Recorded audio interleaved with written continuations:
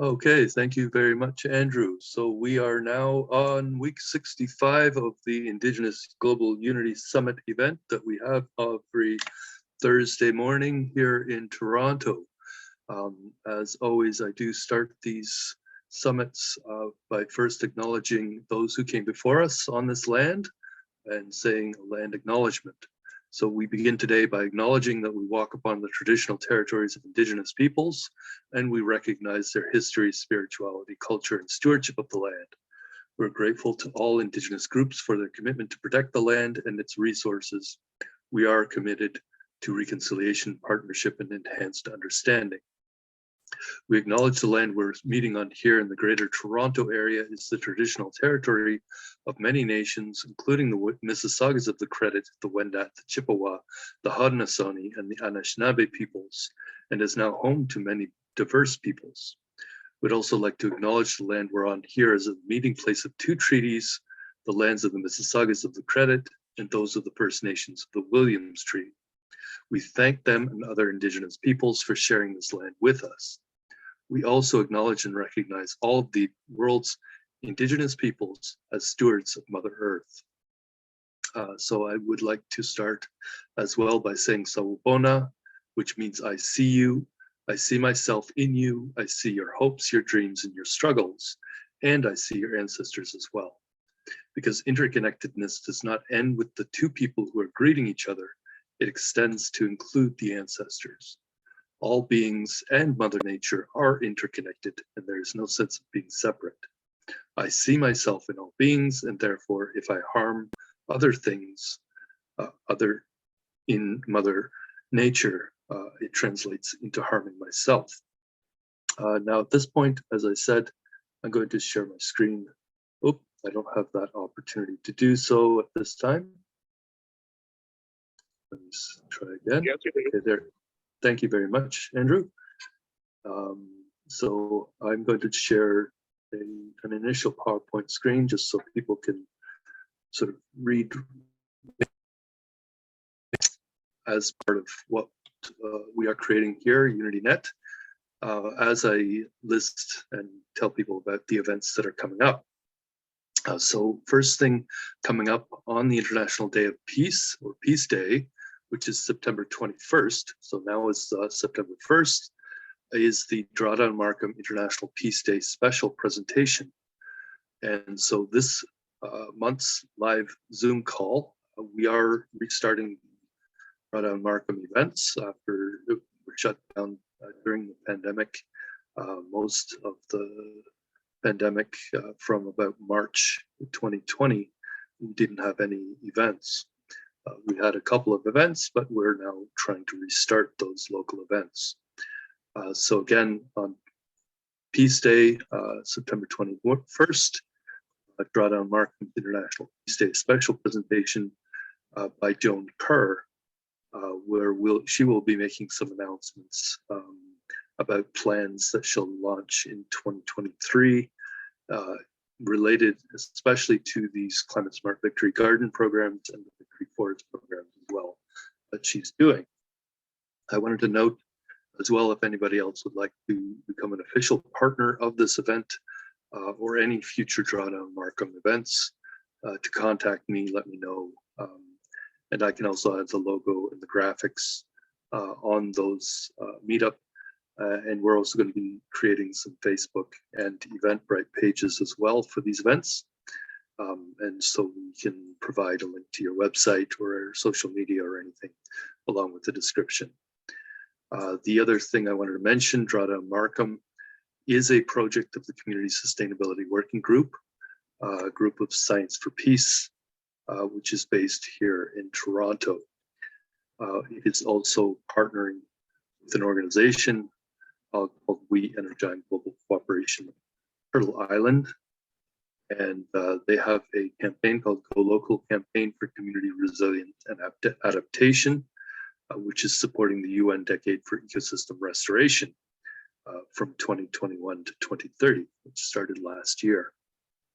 So in the chat, you will find links to this organization called Drawdown Markham, which is our local organization here in the the city of Toronto, Greater Toronto area. And we are also here in Markham supporting the Food Forest South Markham group, which was started by one of my colleagues. Again, you can find the links in the chat. Again, I do want to mention this is National Water Quality Month. So the entire month of August is this National Water Quality Month. Again, in the chat, you'll find more information about that month, which has an interesting history as well, which then I will put into the chat. The note being that Water Quality Month reminds us to take a moment to consider how important water sources are, not just to humans, but also to other inhabitants of our ecosystems, whether it's fish who live in waters or plants and animals that rely on lakes and rivers for water, just like we do. And again, a little bit of the history of the event. The National Water Quality Month is again posted into the chat. So August also marks National Black History or Black Business Month, sorry. In the US, the latest census data indicating about more than 3 million Black-owned businesses in the US generate more than $200 billion in revenue, supporting about 3.5 million US jobs. So again, there is this information that I will be putting into the chat. I want to mention as well that Black Business Month has some programs that are being led by the African diaspora and that network, and they are moving this into the mainstream of the conversations we have. So during this month of August, we also had the following events, including the International Day for the World's Indigenous Peoples on Tuesday, August 9th, which is intended to start the AHIABGA and UnityNet 11 days of globally coordinated bubble fun festival, which we call the Youth Peace Week, essentially, which also includes World Humanitarian Day on Friday, August 19th, as well as International Youth Day on Friday, August 12th. So there's this 11-day window between August 9th and 19th, which we are, again, trying to refer to as Indigenous, or sorry, not Indigenous, but Youth Peace Week. So I will put into the chat International Day of the World's Indigenous People information, as well as International Youth Day, additional links, and International Bubble Fun Festival Network, which we are creating to support these days. There is another link to the International Bubble Fun Festival, and that is the Spark for Humanity Super Jubilee for Spark Classrooms Network, which is also supporting a campaign that we started in 2020 during the pandemic, the Global Unity Pandemic, which was the original campaign that we started at that time, both here in Toronto and in Bermuda, as well as in Africa as well. So you will find a number of links in the chat to all of these information. I do want to remind people that our Greater Unity Network, the UnityNet Practical Reconciliation leader, Corin Smith, told me a few weeks ago that this time in history, or herstory, is an opportunity for us to reflect on the role of the military-industrial complex and how that is playing a significant role in the propaganda war regarding weaponization of Gaia, and to consider its impact on Mother Earth. Corin wrote that James Lovelock, the originator of the Gaia theory, who recently died on his 103rd birthday, said that that it is very likely too late to reverse the course of climate change and achieve drawdown. Even if we were to achieve net zero, it doesn't mean that humanity can survive under a current paradigm of infrastructure development. So what we need is a radical rethink about the infrastructure that we're building in our local communities, because the vast majority of what we're building right now all over the world will largely be unsuitable to the new climate regime that we're just now entering. So the effects we see today will be much, much worse than anything we've seen so far in future decades, including all the fires and the droughts and the heat waves, the melting glaciers, the ice caps, and the already accelerating disasters that are happening. Corin also wrote that Lovelock spent his life advocating for climate measures starting decades before others started to take notice of the crisis. And by the time he died, he didn't believe that there was hope for avoiding some of the worst impacts of climate change and the crisis we're entering. So the underlying challenge that we face as human conditions are so fundamental that the ideas for depopulation are being actively promoted and even in some cases delivered. We have to be able to read through this propaganda, decipher the overt, the underlying logic, and be objective as possible with the facts. So in our own language within UnityNet, our role is to dispel the false positives and the alarmism because there are solutions, but in the short term, it's not going to be things like food forests or biochar. They are long-term solutions that will need to be implemented, but not right away, because it is our survival as a species that's at stake. We will need to find ways to adapt to the new climate paradigm. It is starting to happen. It will continue to get worse. But as Corin said, we need to be an example of the change in the paradigm, both in terms of the infrastructure as well as the dialogue. And remember that we're fighting with peace and not for it, which means using higher consciousness for achieving our objectives. And in his words, we're not fighting a war with each other to save the planet. We're making peace with the planet to save ourselves. So the real leadership in our midst and the messaging that we have to convey needs to be sharpened to present a new strategy. And the strategy is what Corin Smith and Jenny Carrington, who are at the heart of this campaign, are calling the Gaia's Guitar strategy. They've been working together to bring that strategy to the members of UnityNet as concisely and as early in a timely manner as possible. I'm sure we'll hear from them soon about this engagement strategy. So Corin noted to me as well, the sooner we save, or the sooner we have this viral strategy articulated, the better. Because in dealing with each other, we need to create a shared consciousness with peacemaking that is more contagious than fear or war. So this likely will be centered around not only those trees that we're planting, but also those Indigenous unity flags, also central to the message of peace, reconciliation, forgiveness, and the restoration of our relationship with Mother Earth as the only way that we'll be able to ensure that all of humanity and all our relations will be able to survive in the new climate paradigm of the future. I do want to mention as well, August 18th, Corin wrote to me about the strategy, he said, of this process of practical reconciliation that we're doing. It's like oxygen. We tend to take this word unity for granted. It's only when we don't have oxygen in our lungs that we appreciate that something is missing.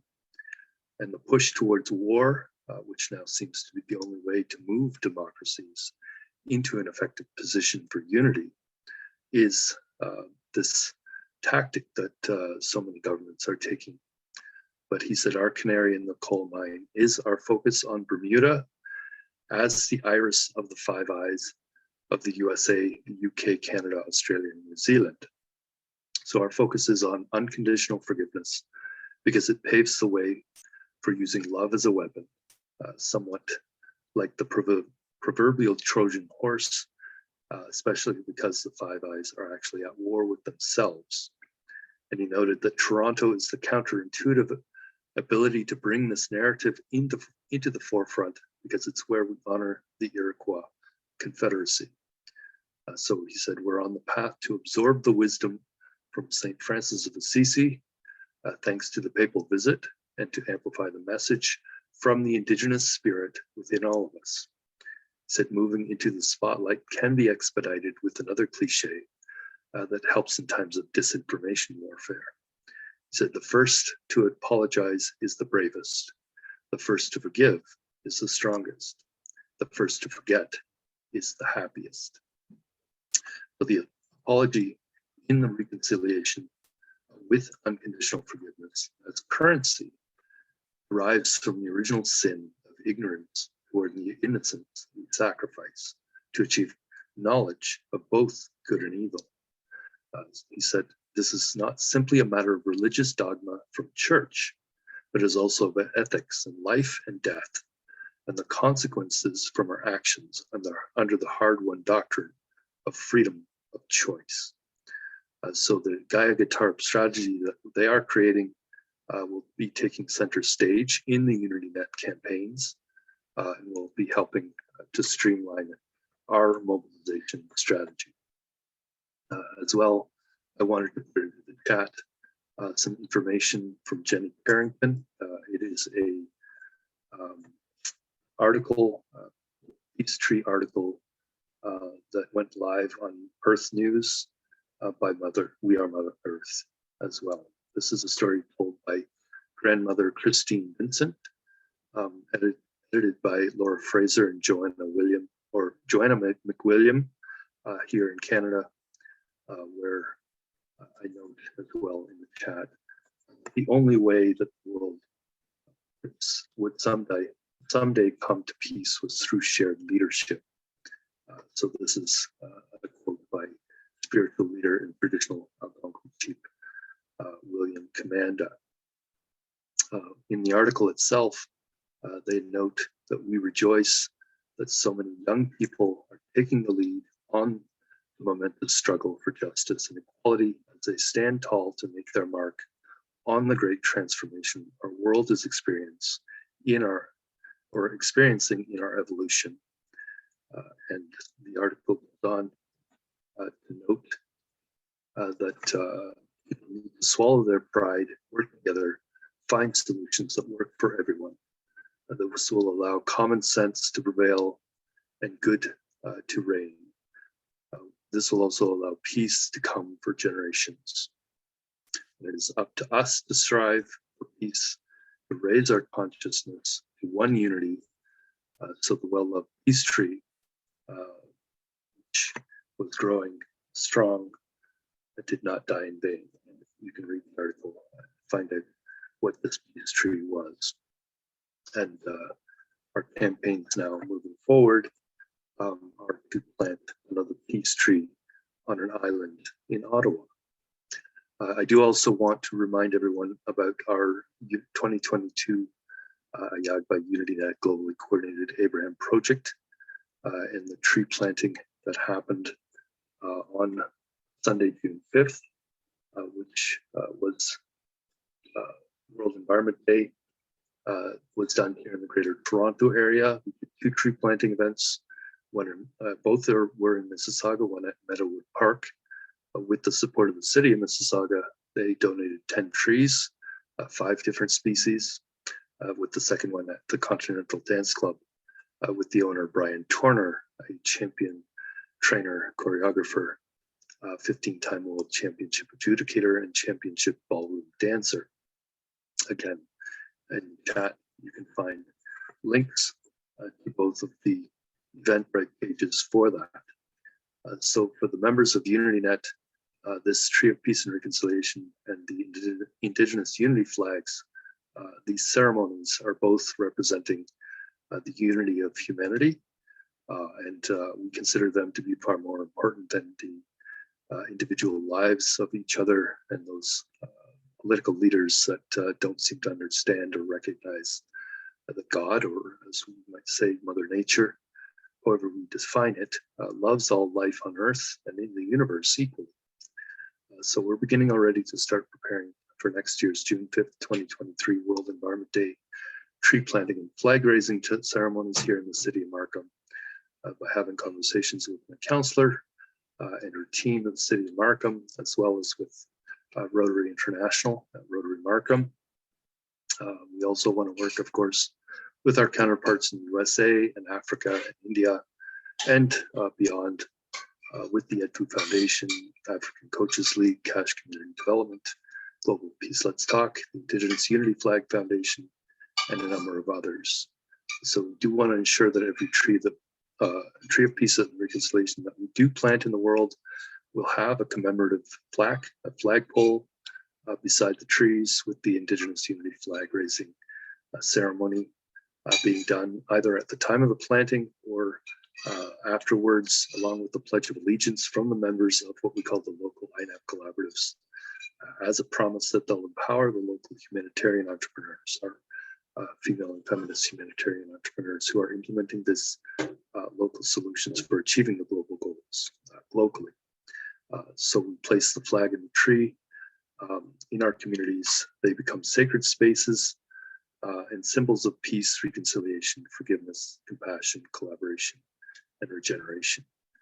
So the people involved in the planting ceremonies would sign this commitment to leave no one behind in their own local communities, ensuring that those who pledge and commit to support us in all the local communities will move forward together in support of this process of decolonization and re-indigenization, both of our minds and of our physical spaces, in lockstep with all of the Indigenous peoples of the world. We did 3 Tea Diplomacy Initiative events this year as well. On Saturday, June 18th, Sustainable Gastronomy Day. That was the last of the Tea Diplomacy Initiative events that were scheduled for this year. Our friends at the Global Peace Let's Talk and Global Forum for Sustainable Rural Development are also free to do more Tea Diplomacy Initiative events throughout the rest of the year, including during the October Global Climate Smart Youth Forum Week, which is taking place from October 4th to 16th. We now call that Youth Peace Week as well.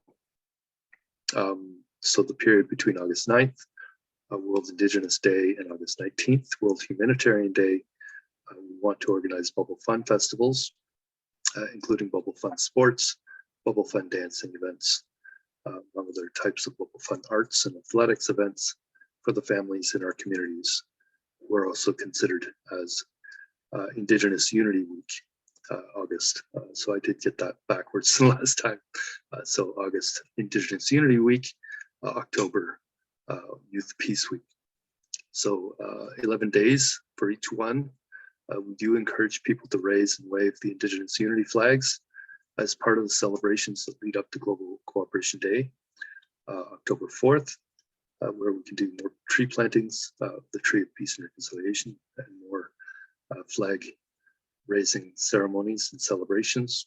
And during both Youth Peace Week and Indigenous Unity Week, we also encourage people in all the local communities to begin establishing the cooperative community Unity Garden Learning Centers by planting the beginnings of the Unity Forests, the 3D polyculture food forests, these learning gardens in all the local communities.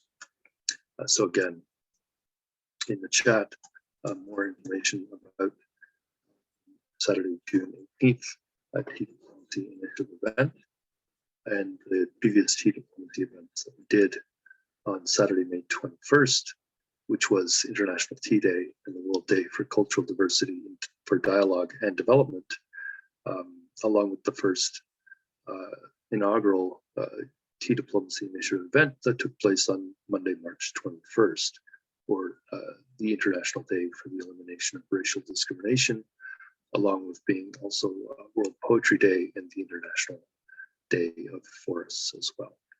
So all of this, again, links are in the chat for people to follow in understanding what we have done over this past year. The first diplomacy initiative, followed by the second and third on these important dates in the United Nations calendar. We are following many of these international events so that people can align themselves in their local communities to these events and globally coordinate their actions through our process of the localization of global goals. So overall, I do want to mention that what we're doing, and this is what's shown on the screen, is all about bringing existing local, regional, national, and international organizations together for a common purpose, but starting at the local level. So the common purpose is to establish a productive, compassionate, collaborative, regenerative economy, so CCRE, that leaves no one behind, LNOB, as you see on the screen, through the implementation of the AHIABGA UnityNet process of localization of global goals. In order to start building these productive, open source, regenerative, climate smart infrastructure solutions in all of our local communities. And this would be built and run by local community co-ops of local humanitarian entrepreneurs who are implementing these local regenerative solutions to achieve the global goals. So this is the ultimate purpose that we're doing here, is educating and training an entire generation of young people and families in these concepts, systems, infrastructure, management practices, and the ethics of a productive, collaborative, compassionate, collaborative, regenerative economy that leaves no one behind. Ultimately, creating, hopefully, one of the largest networks of regenerative development experts in the world. So at this time, that is our main opening before doing any further presentation. I'm not sure if our presenter is on the call right now. So we are intending to have Cherner Saidu Ba from Sierra Leone as our guest speaker. And I need to take a look at who is on the call. I'm only seeing 6 people. Andrew Joseph Arthur Mohammed. Okay, I did shut down my WhatsApp earlier, so I don't have that opportunity to check to see if he's online. So what we can do, though, is I can move forward with my standard presentation, since our guest speaker is apparently not able to come on the line. Andrew, did you wish to take a break in the presentation? So we split this up.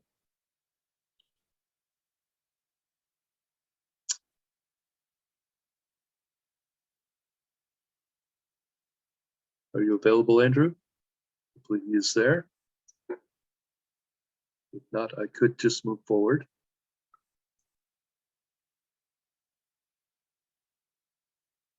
Which seems like probably what I should just do. Okay, so this is our standard presentation that we have during these IGU summits. So I do start the presentation by giving recognition to our supporters and sponsors, and in particular Andrew Networks, the door opening network, as we call, of the Global Unity Network, or UnityNet, these weekly Thursday Zoom calls, which were committed to take place until the end of next year. So Andrew Networks is also rebroadcasting these production-ready episodes on the AHIABGA.org domain, redirected to the UCIT-TV site. You'll also notice our logo here on the screen indicates this is 21 to 23 IGU Summit event. We do plan to continue delivering these Thursday events until the end of 2023 in alignment with the UN Global Compact vision and strategy. Again, you'll find more information about it in the chat.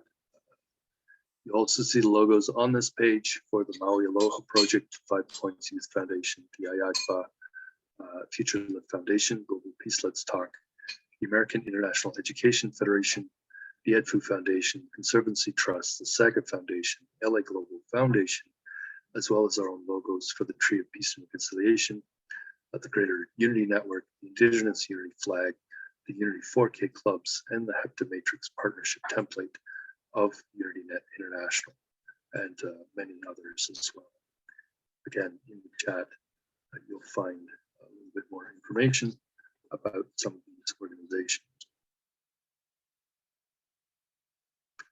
So it is Andrew Networks that donates our hosting and promotional support services. And Andrew is a brand and domain name owned by ParXDC Export Trading Company, comprising the various social media channels, TRN-TV, Universal Citizens Media Networks, Conversations with Andrew Williams Jr., and some others as well. So Andrew Networks is our primary sponsor supporting this promotional ecosystem for the UnityNet initiative. The Indigenous Global Unity Summit events do continue until the end of 2023. So Andrew is our yes partner. He's helping us to open doors so the members of our network are able to discover their inner selves and passions. And Andrew Networks is working with the people who occupy the various nodes of our global Unity network so they can come together with the people of the network acting like a net to support the dreams of our members so they can leverage those passions, transform their visions of a better future for themselves and their communities into a reality that makes sense for both themselves and their communities, however they might define what that better future is collectively, as they seek to work together in partnership to leave no one behind. Again, you will find in the chat some additional information about Andrew Networks. So Andrew also founded the Ad Hoc International Advisory Board of Goodwill Ambassadors, Activists, and Advocates in September 2019. Our focus is on localizing the Sustainable Development Goals during this decade of action and delivery on the SDGs from 2020 to 2030. Andrew did appoint me as Ad Hoc International Advisory Board Representative for Canada, La Francophonie, and Commonwealth of Nations, originally in January 2020. I was later appointed as a representative for Turtle Island in early 2021. You'll find the AHIABGA ambassadors in the link in the chat. And so before I get too far, let you know who I am. And so my name is Lloyd Helferty, Chief Ecosystem Director, Program Development Director, and Sustainable Society Consultant for Energem University, headquartered in Manhattan, New York. I am located in Markham, in the Don River watershed, German Mills Creek. This is a subject watershed where I am. That creek drains into Lake Ontario, the lowest and last of North American Great Lakes, in the Greater Toronto area in southern Ontario in Canada, in North America, Turtle Island. So Energem University is a private 501(c) nonprofit company in New York, a member of the UN Global Compact, a UN academic impact member and partner. So Energem U is a virtual university. They don't have a campus. We were created to help empower global populations to reestablish a sustainable balance with their local environments. And we do this by designing and implementing projects that support a strong and diversified local economy while integrating core sustainable technologies and infrastructure into the communities in the areas of renewable energy, high-density food growth solutions, and systems for sustainably managing waste streams and protecting local water resources. So Energem is supported by over 375 companies whose products and technologies we do try to employ where they're necessary. Importantly, we also support local education and training in the construction, deployment, and maintenance of all the various integrated solutions for achieving these closed-loop systems that support self-sufficient, sustainable communities. Again, in the chat, you will find my contact information. So I am also the co-founder and administrator of an organization called the Energem Global Cooperation Turtle Island. It's an international civil society organization. We're seeking to undertake what we call life value peace education, done in the context of life learning gardens. Again, in the chat, you'll find a link to that organization as well. And so I mentioned I was also designated as Goodwill Ambassador for 5 Points Youth Foundation, which is located in Los Angeles.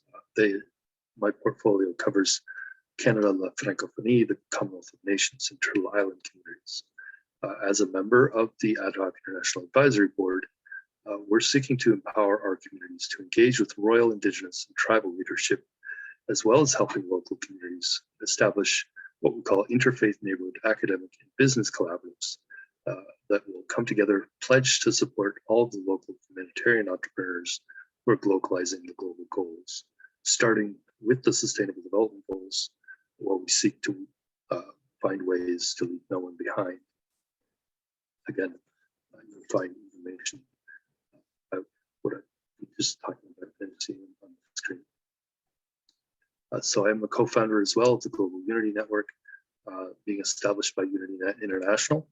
We helped to establish UnityNet Africa and Diaspora and all the major global groups in Asia and Americas and Europe.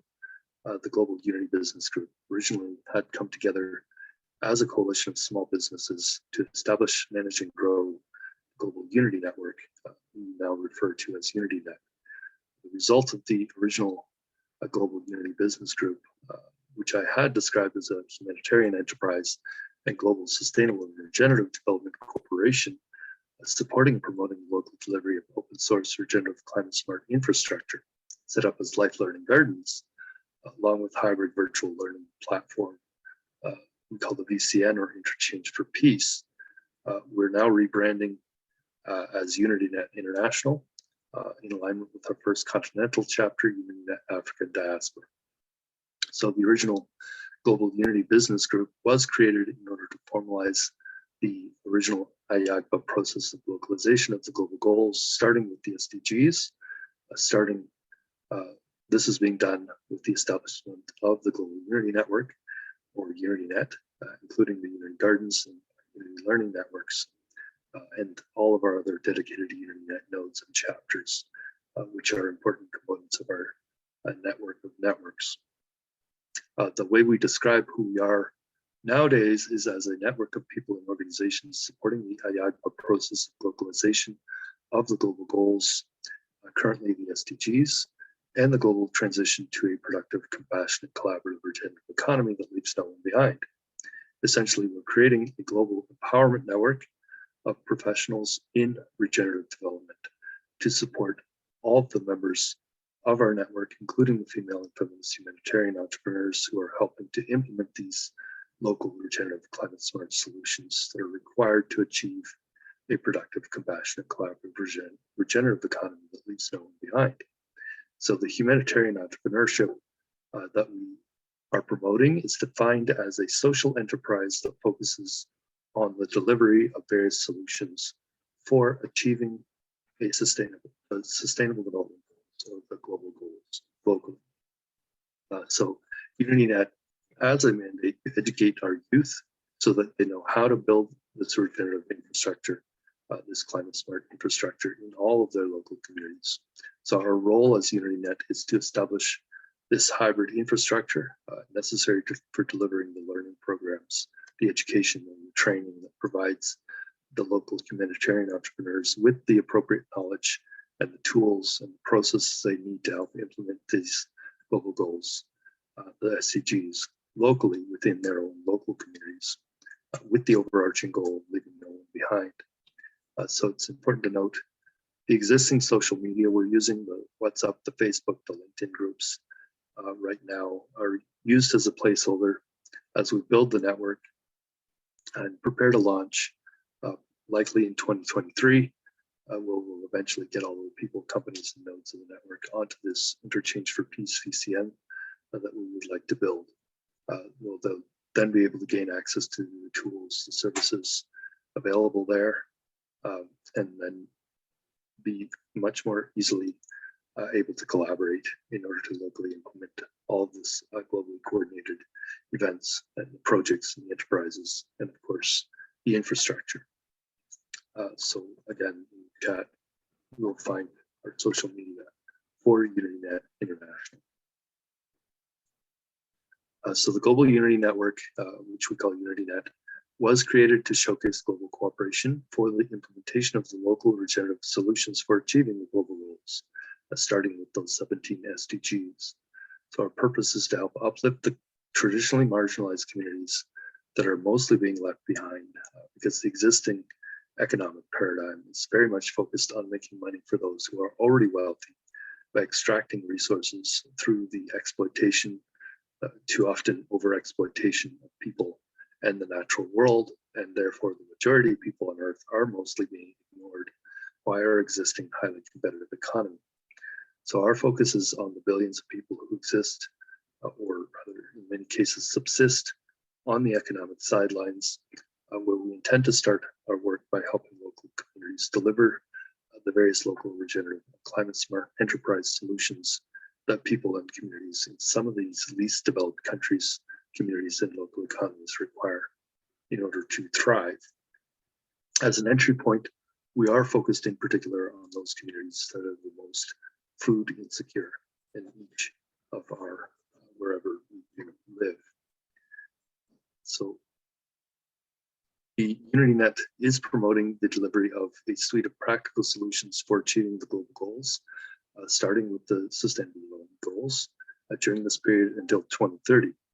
So we are focused on using tools of humanitarian entrepreneurship, focusing on female and feminist humanitarian entrepreneurs and enterprises, using hybrid, virtual, and hands-on education and training, learning programs and platforms and curricula, with a primary focus on delivery of the humanitarian entrepreneurship skills training in these practical settings, so practical learning, along with leveraging open source regenerative climate smart infrastructure solutions to both in-person and remotely assist local INAB collaborative teams to establish these local collaborative open source Unity Garden classrooms in all the local communities around the world. So the Unity Garden classrooms are set up in collaboration with existing schools in local communities, can be used for the local and remote and virtual delivery of the practical learning programs for all of the FFHE members, so they can learn how to grow, process, cook, market, sell, and trade the various types of regenerative climate smart food and related nutritional and medicinal and other types of locally produced regenerative products, both within their own local communities as well as regionally, nationally, continentally, and even international, in order to produce income and greater prosperity for themselves and for the people in their own local communities, for all people on all continents, with the intention and goal, of course, of leaving no one behind. I like to put it in chat at this point in the Smart Cities Network as well. So we do promote through our virtual social marketing all of the members of our network. We use all the various practical social media networking trade tools, including those of the modern fourth industrial revolution. We're also combining the wisdom of crowds with the deep Indigenous knowledge of both our ancestors and the living Indigenous people of the earth in order to learn from each other about how to share the abundance of the planet in order to create productive, regenerative, climate smart landscapes wherever we live, each in each and around our own local communities.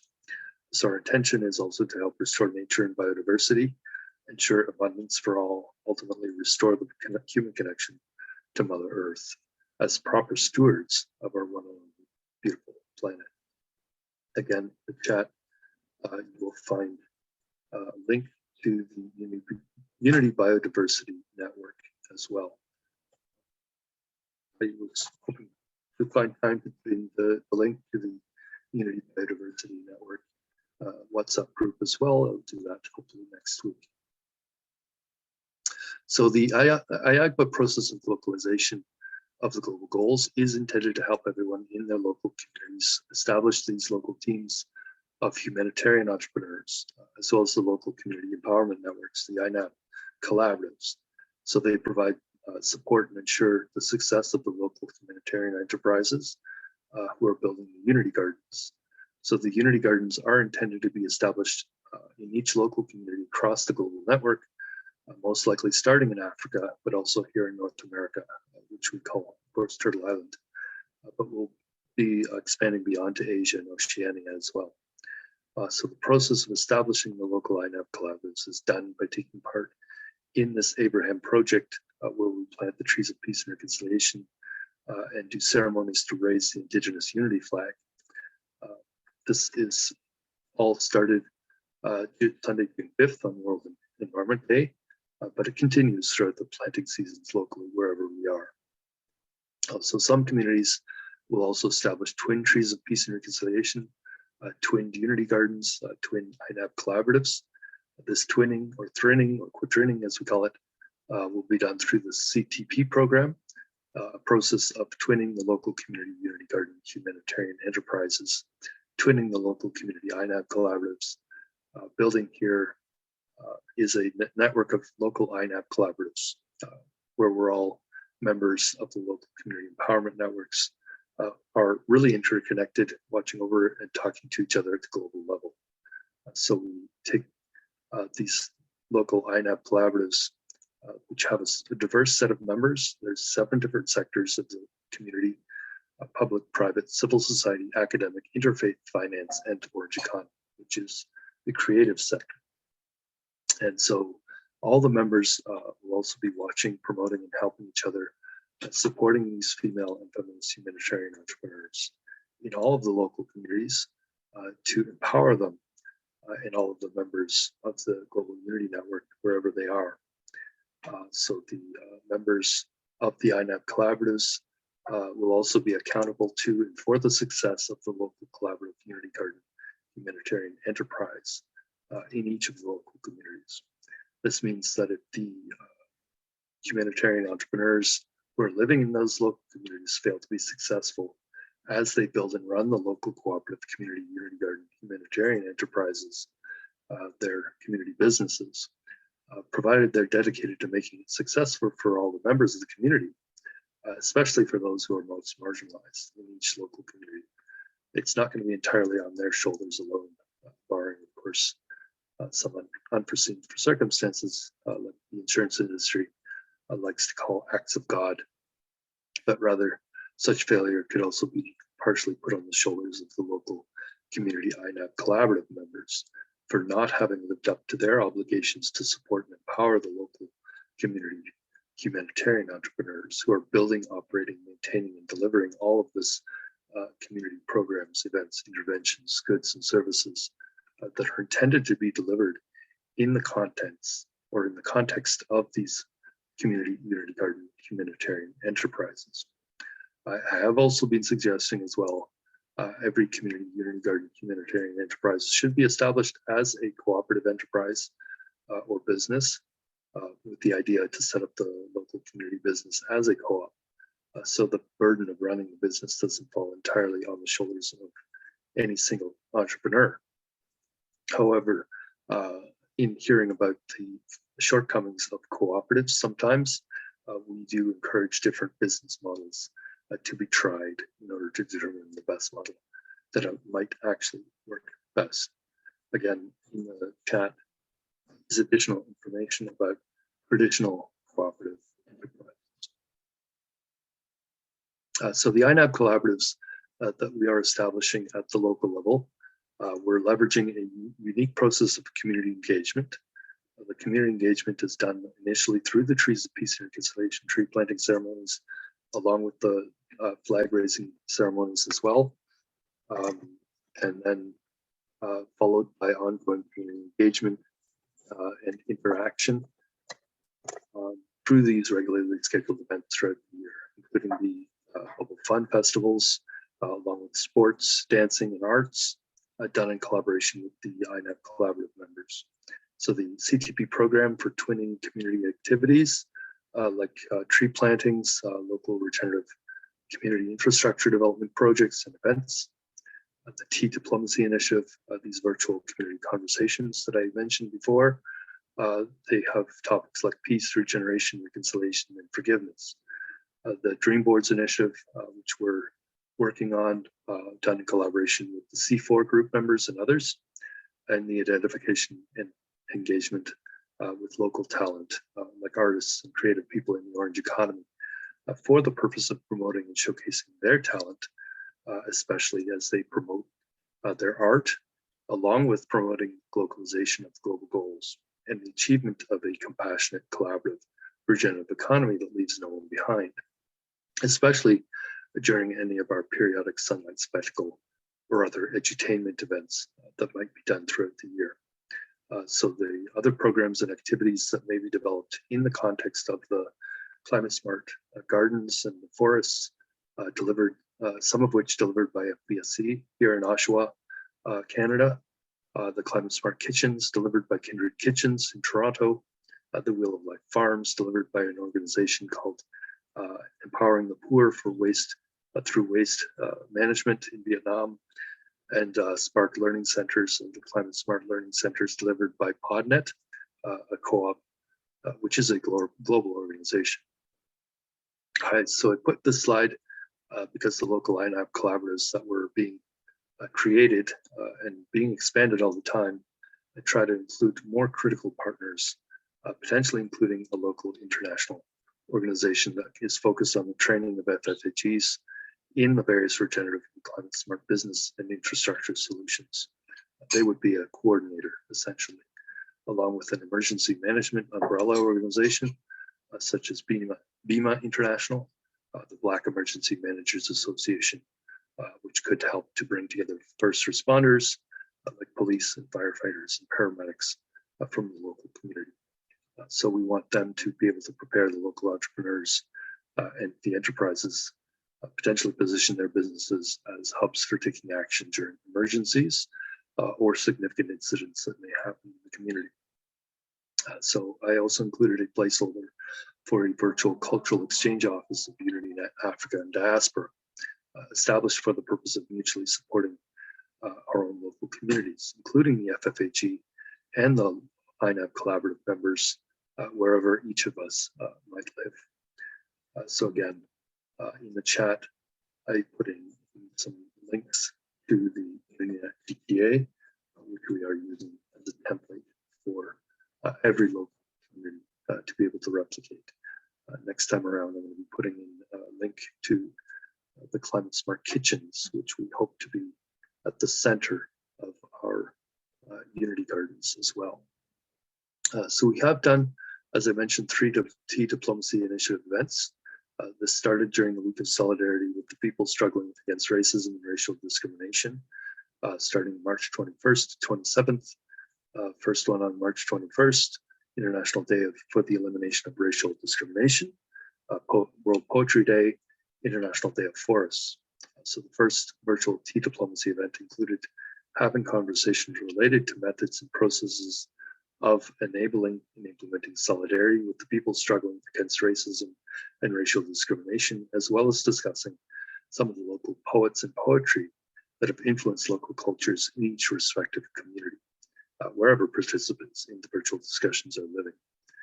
So we did as well discuss the importance of establishing productive forests as biodiverse 3D polyculture food forests, established as Unity Forest Unity Gardens in our local communities, managed in partnership with local Indigenous people at all levels and all levels of government in every local community and country as an essential part of this process of practical reconciliation with the Indigenous peoples of the world. One country, one community, and one watershed at a time. Although I used to play the poem that was played during the first Tea Diplomacy event, I'm not sure if our guest speaker is on the call at this time. It seems like Chair Norba may not be on the call with us yet. So perhaps this week I will play that poem just so that our new guests can hear it as well. We are people of our own color. 7 seas and 1 big ocean. It doesn't matter how big, small, dark, light, Christian or not you are. We all come from the same origins. Origins that when we trace footprints lead us to the central heart of Africa. Because Africa should unite and nothing will bite. Instead, we will forever have peaceful nights. Africa uniting wouldn't be bad, instead it will never hurt. Trees! Allow me to be your garden at least. so that I could plant these poetical seed into your cultivative mind with harvestic thoughts of negativities. We are still enslaved by our own memories. Right now, my broken, beaten bone skeleton wants to escape this flesh. My soul is rejecting this temple hospitality of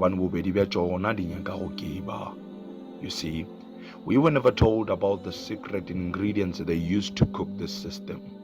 This system was cooked with a foresight traditional pot, but we were never invited into the inns of financial taste. All you did, black child, was to feast on that racism that was served to you on a silver platter, so that mahinya, 7 colors, the shininess of it could blindfold you. Your I have fought has made deals for dessert.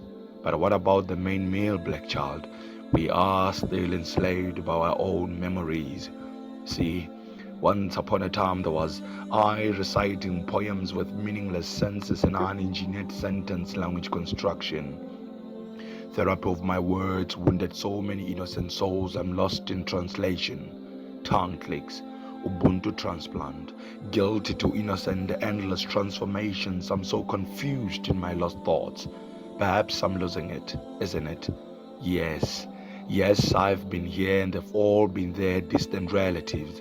300 Spartans, the rise of my ancestors to you, godly amen. The last breathless word you would inhale. We are still enslaved by our own memories, yet we are 7 seas and 1 big ocean.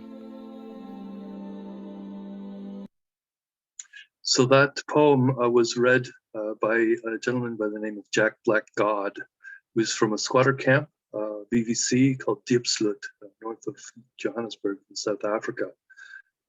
We will be playing that, and you will hear it at all subsequent tea diplomacy and other events that we do as well.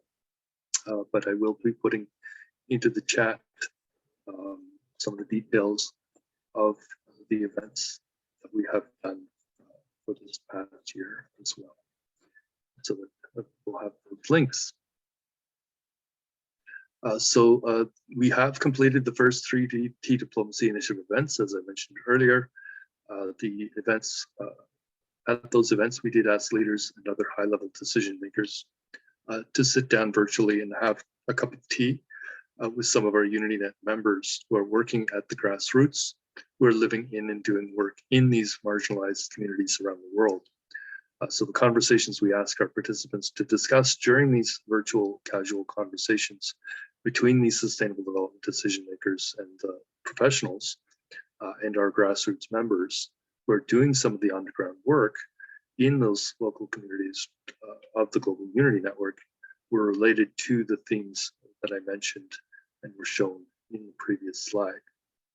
But I do want to mention that the 3 events were co-hosted by UnityNet International, building the network on behalf of the Ad Hoc International Advisory Board of Goodwill Ambassadors and Activists, AHIABGA, along with Global Forum for Sustainable Rural Development, Global Peace Let's Talk.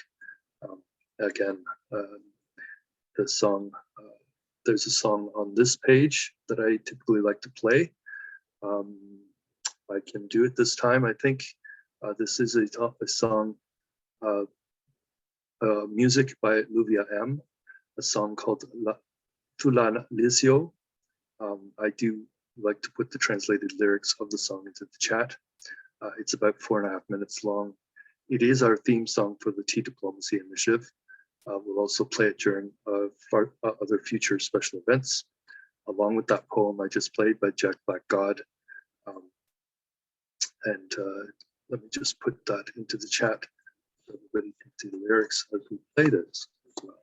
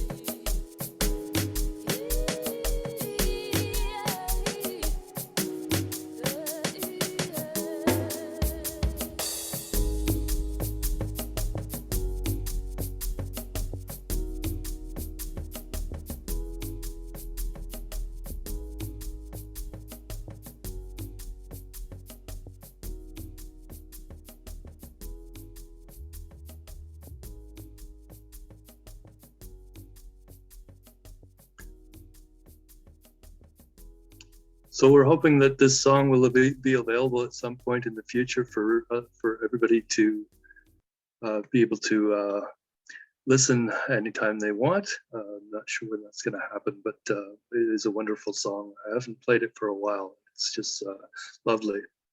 As you can see on the screen right now, rather than just listing all of our partners during the Tea Diplomacy events, I just show the logos for now. The original Tea Diplomacy Eventbrite page has information about all these organizations.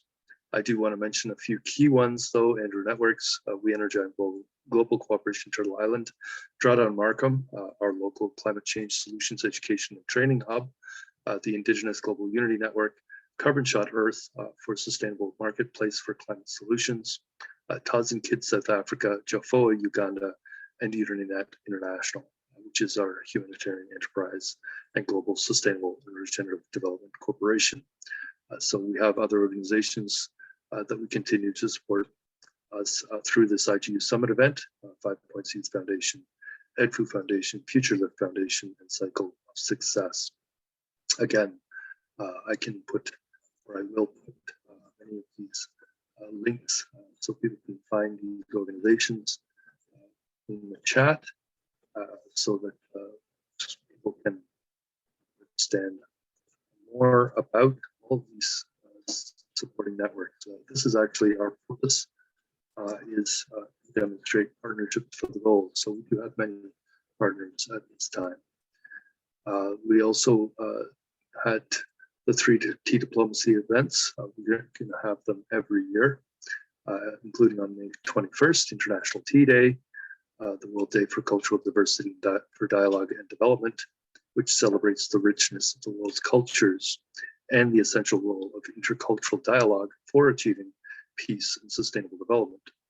We also had the June 18th Sustainable Gastronomy Day event. We partner with a number of UnityNet chapters and nodes and outside organizations like the Plant-Based Climate Smart Food Network, the South Markham Food Security Network, the Virtual Urban Food and Farming Network, and of course others locally in all the communities of the Global Unity Network as well.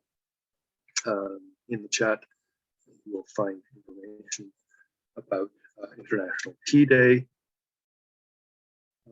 with a couple of different links, as well as the UnityNet Culture and Diversity WhatsApp discussion group, and the links to Sustainable Gastronomy Day and the Virtual Urban Food and Farming Network, and the World Day for Cultural Diversity for Dialogue and Development, which is an occasion to promote culture and highlight the significance of the diversity as an agent for inclusion and positive change, representing an opportunity to celebrate culture's manifold forms, from the tangible to the intangible, to creative industries, to the diversity of cultural expressions, and reflecting on how those can contribute to dialogue, mutual understanding, and the social, environmental, and economic vectors of sustainable development. So the 2nd and 3rd Tea Diplomacy events, as I said, are also complete. It doesn't mean we're finished our yearly events. We are looking to develop more partnerships for our future events to promote local civil society organizations, NGOs, and of course our humanitarian enterprises. So please contact me if you have any other member ideas, UnityNet International or the Africa and Diaspora Continental Networks, because we want to promote and work with you and your organization for doing these localized events and to localize the global goals in your own local community as well. In the chat, you'll find, again, the links in the 2nd and 3rd Tea Diplomacy leadership events. So I do want to mention as well, again, our Abraham project that I mentioned earlier. These collaborative events doing in 2022 were related to the activities of UnityNet. I do want to remind everyone that that includes Unity Gardens, as well as Unity Learning, and the Unity Eco Village, Unity Biodiversity Networks, as well as many other critical networks. So the events are the Abraham Project Tree of Peace and Reconciliation Showcase Project. This is for global cooperation delivered locally in multiple local communities around the world by the members of the Global Unity Network on World Environment Day. So that was Sunday, June 5th, 2022, where we did, again, the 2 tree plantings in the city of Mississauga, 2 locations. A total of 11 trees were planted.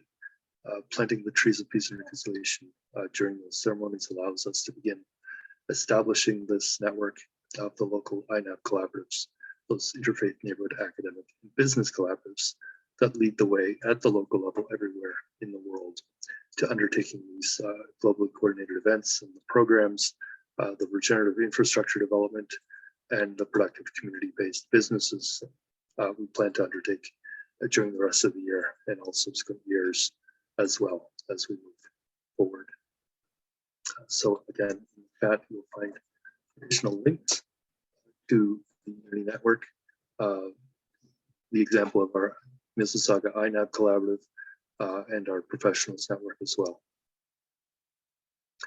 So we have as well during, we didn't do it this year, but we will hopefully be doing this from next year, Bubble Fun Festivals. We did a launch event for the Abraham Project, and that is intended to be followed by these Bubble Fun Festival events during this month of August, so families can have fun as they learn about the properties of bubbles and how those bubbles have potential to allow humanity to more easily adapt, perhaps even to thrive in a warming and changing global climate in those areas of the world, especially where the impacts of climate change, global warming, will be felt the most severely, including here in Canada, especially in the north, as well as in mountainous areas, places like sub-Saharan Africa, South and Southeast Asia, and a number of places around the world that are really impacted more than others by this rapidly changing climate. I do want to remind people that the dates for these community bubble fun festivals are intended to be between August 9th and 19th, the International Day for the World's Indigenous Peoples on the 9th, also the International Day of Solidarity with the Struggle of Women in South Africa and Namibia, or National Women's Day. So the August 19th, World Humanitarian Day. August 12th is an important one, International Youth Day as well. So we can have events for local bubble fun festivals on any date between August 19th and 9th and 19th, which is an 11-day window. Again, in the chat, you'll find links to many of these events as well. So the third thing we do every year is our Ubuntu Summit. It's coming up next month, October 4th. I'll be doing that as a virtual event on Global Cooperation Day, which we are trying to also get recognized by the United Nations. So this day is also the feast day of St. Francis of Assisi and the Blessing of Animals Day. Both are celebrated by the Catholic faith communities. I put in as a reference last year's Ubuntu Summit event that we did. So we'll be doing it again in about a month's time or so. So the other events that we do want to have is the Climate Smart Youth Forum, or Globally Coordinated Climate Smart Youth Forum event, intended to allow youth and families from around the world to learn about and discuss the various regenerative climate smart agriculture and food growing solutions that we're supporting and promoting here. So we want to achieve zero hunger and climate action through local circular regenerative economies that leave no one behind. So people attending these hybrid events where they learn about the Climate Smart Food Program and all the various components of our AHIABGA and UnityNet process of localization of global goals and the smart infrastructure, including these community gardens and the virtual interchange for peace, are intended to merge two solutions that allow those community INAB collaboratives with the local humanitarian entrepreneurs running those unity gardens as cooperative enterprises to gain access to all of these learning programs. So the information, the education, the training, and related support programs, including the financial support systems that we've been promoting through the Global Unity Network. We call this the empowerment programs that will allow the local community members and their families to implement these local regenerative climate smart humanitarian infrastructure enterprise solutions in the context of their own neighborhoods and their own communities, wherever they might live in the world. The last thing I want to mention on this slide is that we had decided last year the primary host for the Global Climate Smart Youth Forum Week. This year, 2022, will be Yali International in Nigeria. We're hoping to work with them in partnership with UnityNet Nigeria members, along with the UnityNet African diaspora, and many of the other rest of the members of the Global Unity Network who can contribute to the success that we want to have during this globally coordinated Climate Smart Youth Forum Week.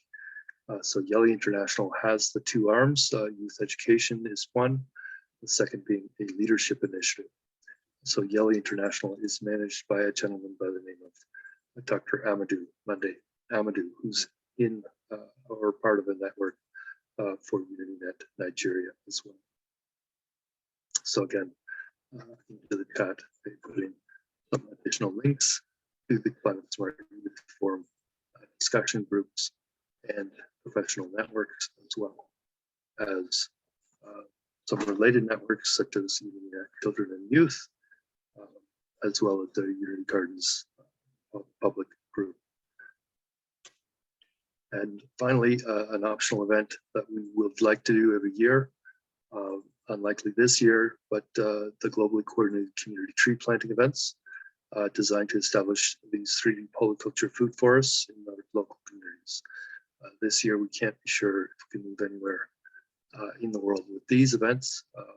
We're still in the process of establishing the INAB collaboratives, identifying these local female and feminist humanitarian entrepreneur teams.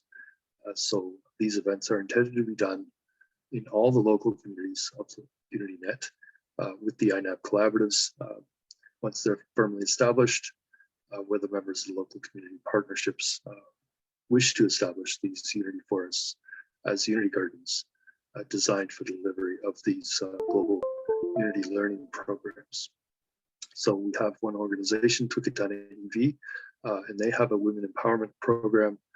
There's also a global Unity 4K Club humanitarian entrepreneurship learning program for educating young people, along with their families and other community members, about the various ways of achieving climate smart and nutrition security goals. So SDG 13, climate action, SDG 2, zero hunger at a minimum in each local community.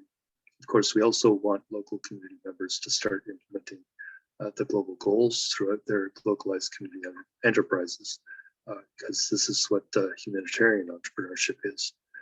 It's also about taking local action in our local communities for achieving the global goals like biodiversity action, the life on land goals, along with gender equality action, and clean water action, and clean energy action, and peace actions, and of course, no poverty actions.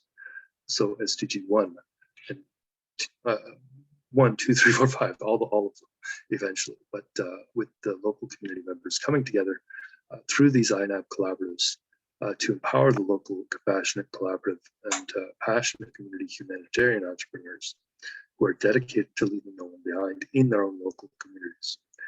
I do want to mention the globally coordinated community Unity Forest, Unity Garden, tree planting events could be done during this Climate Smart Youth Forum Week, likely to include a number of different hybrid in-person and virtual conference events, including the Climate Smart Youth Forum event on World Food Day, October 16th, which this year falls on a Sunday. So again, in the chat, you'll find some links to various nodes of our network as well. So I will be doing a IGU Summit special event as well on the subject of Indigenous unity, together with our friends in the US, including California, as well as in Africa, and hopefully also now Texas, and our members globally in all the country chapters and nodes of the Global Unity Network are invited to participate in this important conversation. So the special day is set aside Thursday, October 6th. Wednesday, October 12th is actually a date that's important because Berkeley, California established Indigenous Peoples Day on that day, which is 2 days after Global Cooperation Day. That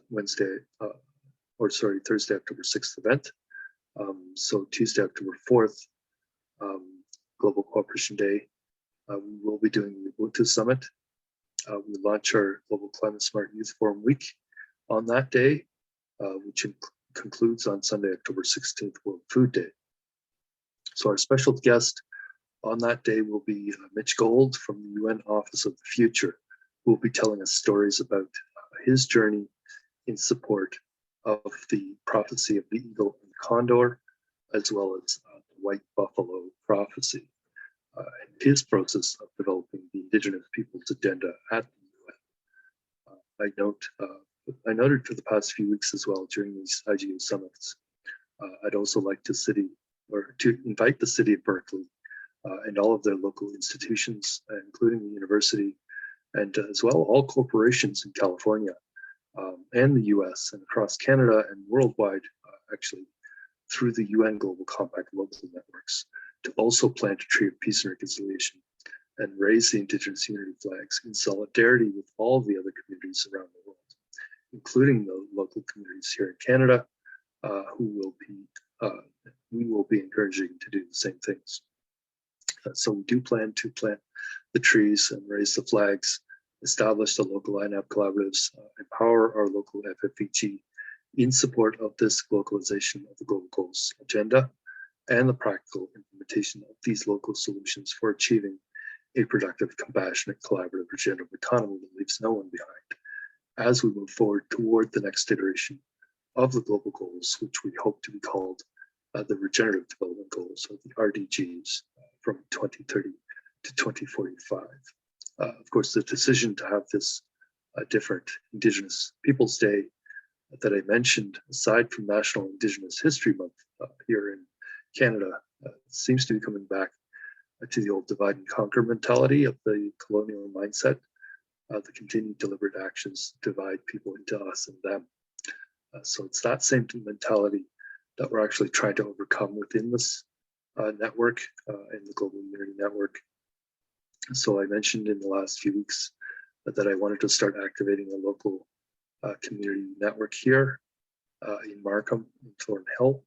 Local people can come together with all the relations who live especially in the Don and Rouge River watersheds, ahead of the Markham Tree of Peace and Reconciliation tree planting and the Indigenous Unity flag raising ceremonies in 2023.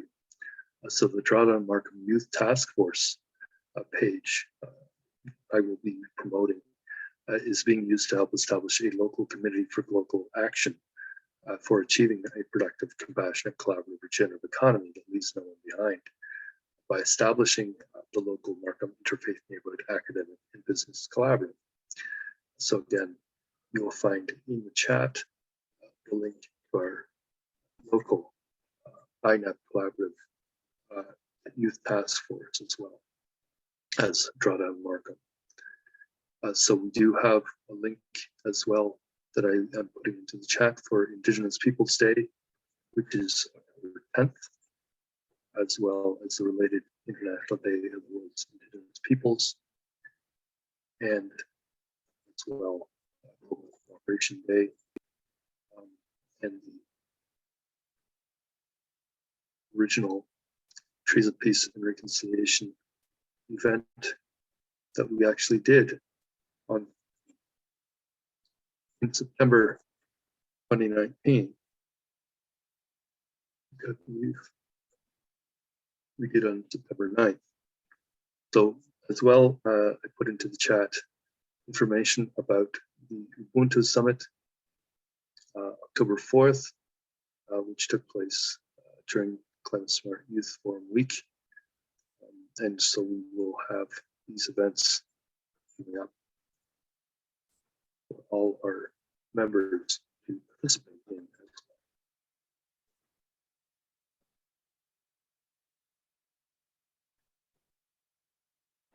be doing a lot of talking. So what I wanted to mention as well before we get too far is that the Unity Gardens of UnityNet actually encourage what we call co-learning or intercultural collaboration, or what is actually also called two-eyed seeing. So the Unity Gardens are places where children are being taught that no one being is greater than the next, that we're part and parcel of the whole, that we're all equal, that each one of us has a responsibility to the balance of the system, and an understanding that all of the world's species and all of our bio and eco-kin have contributions to make to the fabric of life on this planet. So I'd like everyone to understand the two-eyed seeing to optimum guiding principle for intercultural collaboration, which can be read at the websites that are being provided in the chat as well. As well, I'd like to mention the Honey Project of UnityNet International as a proposal that was made for the Rosalie Poverty Alleviation Pilots projects managed by the Rosalie Institute in collaboration with UnityNet International and the AHIABGA. So the Unity Honey Project designed to demonstrate the production of certified climate smart honey produced from wildflowers grown on restored landscapes such as former mine sites or other industrial or degraded lands in order to produce abundance and revenue from what was once wasteland. The Unity Honey Project is a bee honey harvesting project intended to support the Science for Peace CSF program, the food certification system and demonstration of PAGI payments paid to the producers of certified products produced by these female and feminist humanitarian entrepreneurs, especially who are supporting these partnerships of local Indigenous communities. So the local Unity Honey projects are designed as something that could potentially be universally applied in a number of different jurisdictions, no matter what country or continent or local community.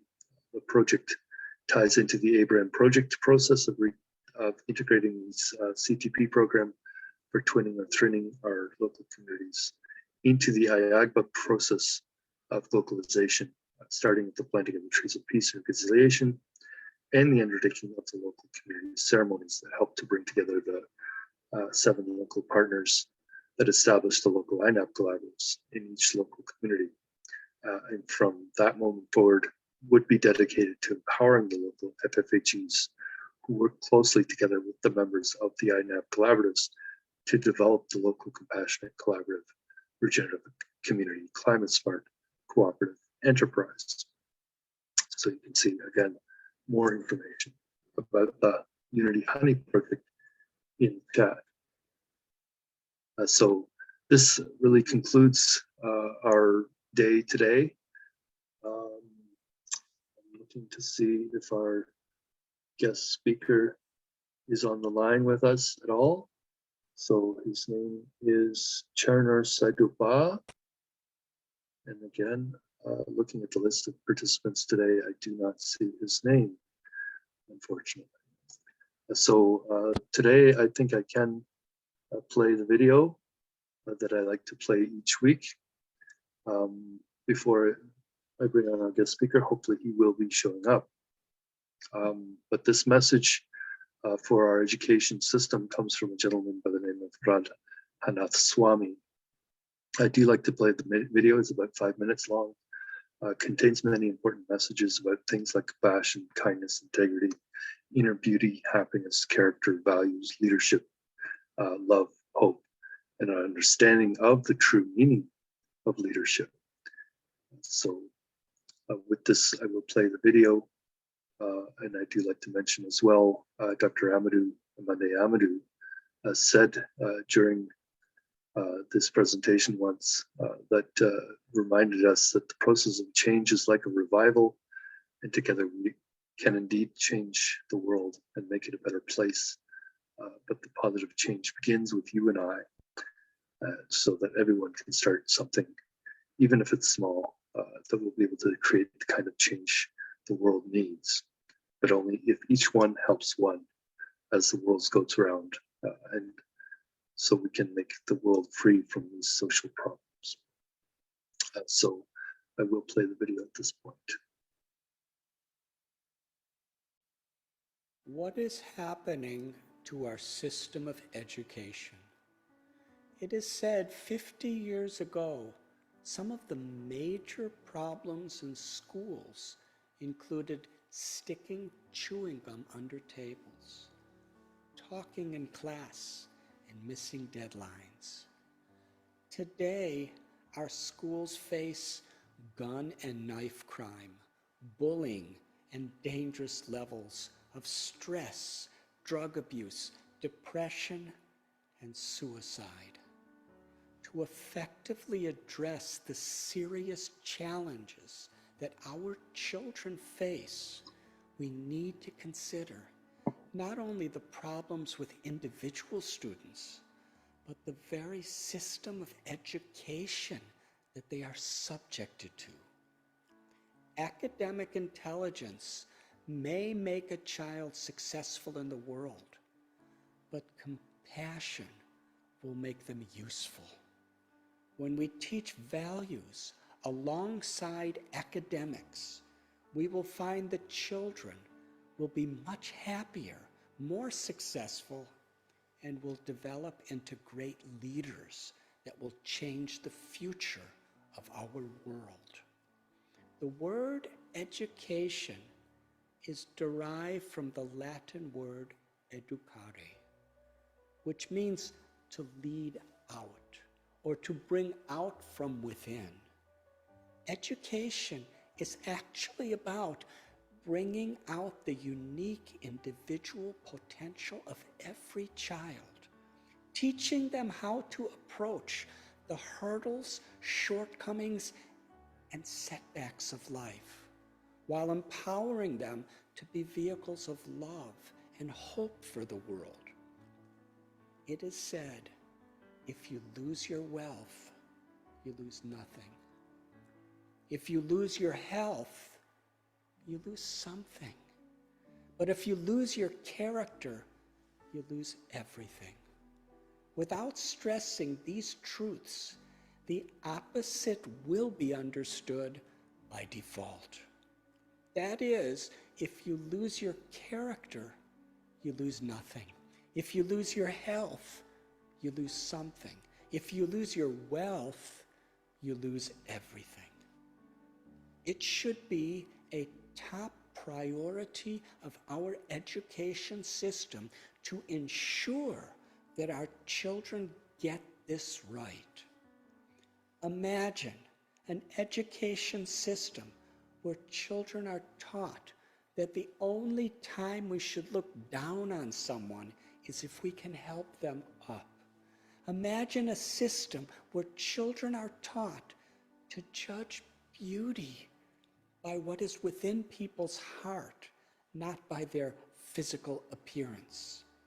Imagine a system where character is given as much importance as competence, where children are taught that helping 1 billion people is even more valuable than being a billionaire, where as well as learning to raise their standard of living, they are also taught to increase their standard of giving, where children are taught to measure their success by how happy and fulfilled they are, and not how many letters they have after their names.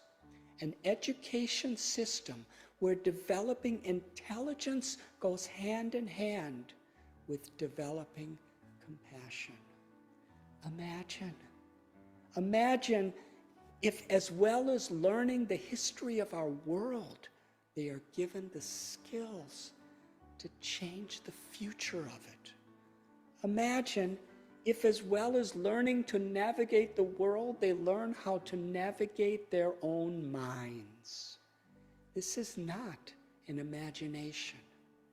It is possible if we genuinely begin to value kindness over competence, character over success, and integrity above money, and in this way change the system in which our children grow and learn. So I just wanted to mention that we in the Global Unity Network, through UnityNet International, are promoting humanitarian entrepreneurship and as well a compassionate and collaborative regenerative economy, which encompasses the concept of collaborative entrepreneurship, collaborative economy, and collaborative businesses. Cooperatives and such types of businesses are part of that. So the empowerment networks we're building in all the local communities through the ceremonies of the planting of the trees of peace and reconciliation and the raising of the Indigenous unity flags are intended to support and empower these types of local community cooperative enterprises, those FFEG who wish to establish and operate them. We believe that a productive, compassionate, collaborative, regenerative economy can achieve far more positive outcomes for far more people, far faster than a purely competitive economy as it exists today. Of course, to keep prices down, there still needs to be some competition within sectors, especially for those who are providing the same or similar goods and services in the same community. But we do encourage co-opetition rather than pure competition, which has a winner takes all mentality. So we do want our members to support each other's mutual success so that no one is left behind. In other words, Ubuntu in business. And I put into the chat at this time the link to the Energy Local Cooperation Island one more time. So we are, as I said, building an empowerment network. So UnityNet is an empowerment network. We're globally connected community empowerment network of local networks. Uni and UNAD are working together to help all of our members. We want all our local cooperative humanitarian enterprises to thrive. This means the Unity Gardens that are female and feminist humanitarian entrepreneurs secure and develop should be supported by all the members and organizations who are part of the local INAP collaboratives, along with the rest of the people and organizations that are members of the Global Unity Network. So we want the people who are members of UnityNet to get to the table as well, show up at the meetings where decisions are being made. So this is also what UnityNet is about. So we have representation at every one of the meetings where decisions are being made, especially every time there's a discussion about funding. So we'll be recognized for our participation as well. One of our members, Prophet Cox, stated recently, Andrew likes to say it quite a bit as well, is that if you're not at the table, you're on the menu. So we need to assist those who are the most marginalized in our networks to get trained, to be empowered, so that they can also go with us to any and all of these meetings and discussions, especially around funding. This means the youth, the elders, the rural, the disabled, the homeless, the refugees, because it is they who should be sitting and sharing their voice at these meetings, using the language of holistic, collaborative, regenerative development, localized to empower all of the people in their own local communities, especially on behalf of all of the others who have been marginalized. So our network allows us to disseminate information, send these invitations to all of these events, so that everyone in our network has that opportunity to participate and find a seat at those tables. But we must be empowered. We must empower those people so they have the confidence and they need to choose to sit down at those meetings as well. Oops. So connecting to our global objectives, we have our set of values we want to continuously promote alongside the humanitarian entrepreneurship. We call this life value peace education. What I wanted to mention about the Global Unity Network and our members is that we support people, our humanitarian entrepreneurs, our members and their communities, and all our relations as well. We're not supporting the corporations or any faceless entities that lack empathetic souls. I also noted recently during one of our UnityNet discussions that I'm fairly confident that we can make it happen because the next generation of children is counting on us.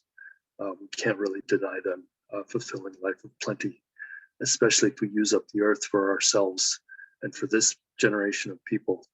instead of thinking of the next generation and the future.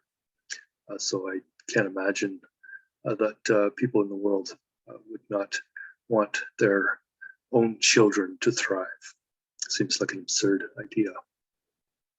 I do want to mention that Energem University Sustainable Planet platform, still under development. Sustainable Planet does intend to teach values alongside academic skills and collaboration, empowering young people to change the world through love and compassion, and these practical skills in regenerative design. However, the global Unity network that we're building is being done on the backbone of the We Energem Global Cooperation Turtle Island partnership, the original partnership between We the World, Energem University, and Global Cooperation Day. So we're doing in Energem University in particular, will be taught through the learning programs delivered through the Global Unity Network and our Unity Gardens. So we teach the concept of regenerative design as a professional discipline.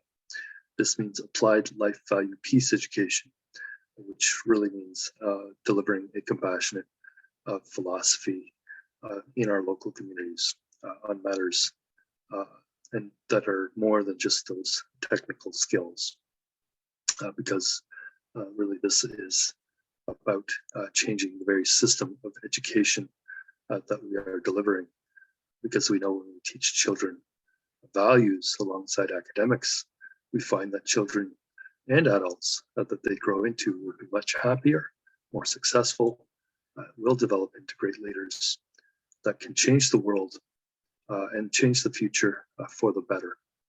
If we can just find a way to bring out that their unique talents and their potential, the potential of every child, while empowering them to become vehicles of love, because we believe that love will always conquer hate.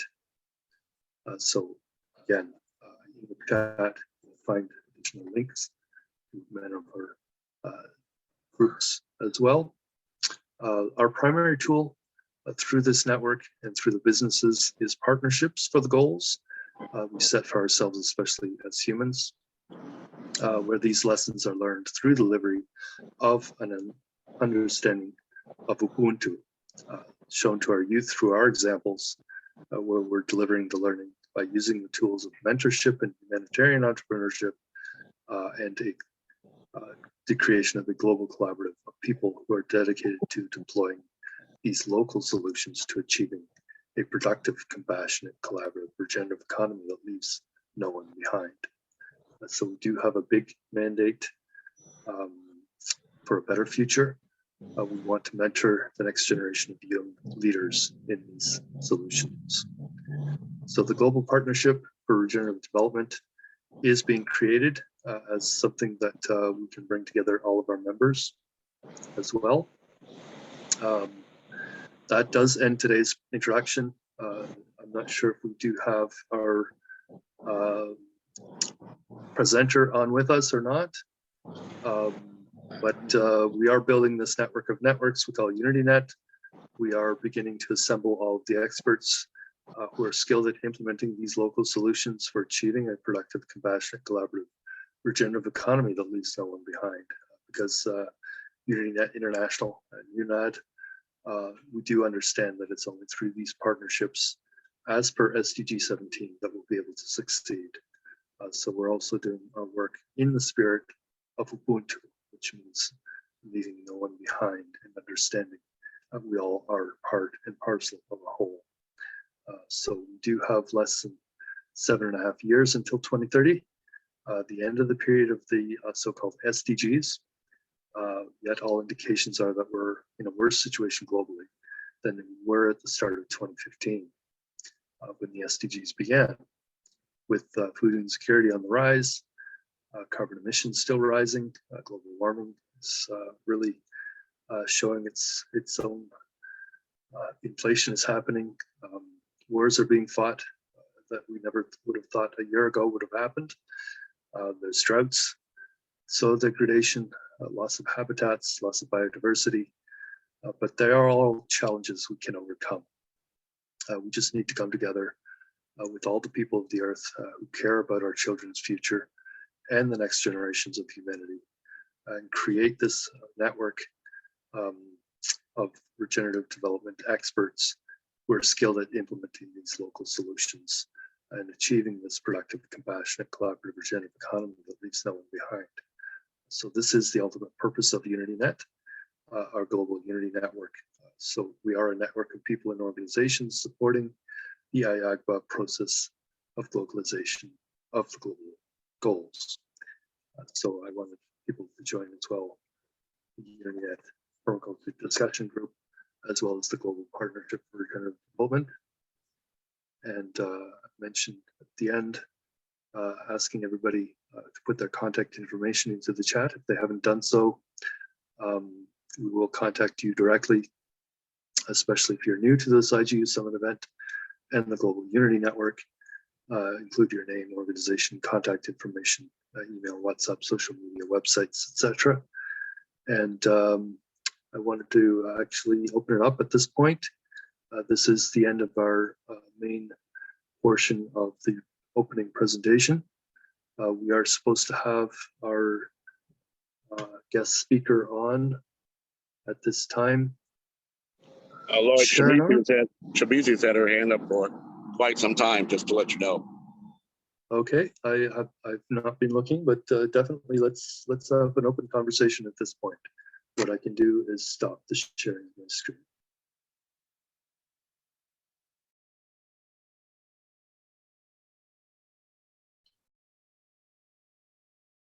So I don't see Shimisi's hand is up. Oh, it is up now. Okay.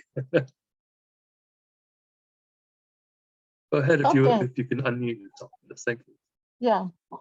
Thank you very much. Thanks everyone. I wish to say Happy New Month to all of us, and I also appreciate Professor Lloyd for this wonderful and detailed presentation.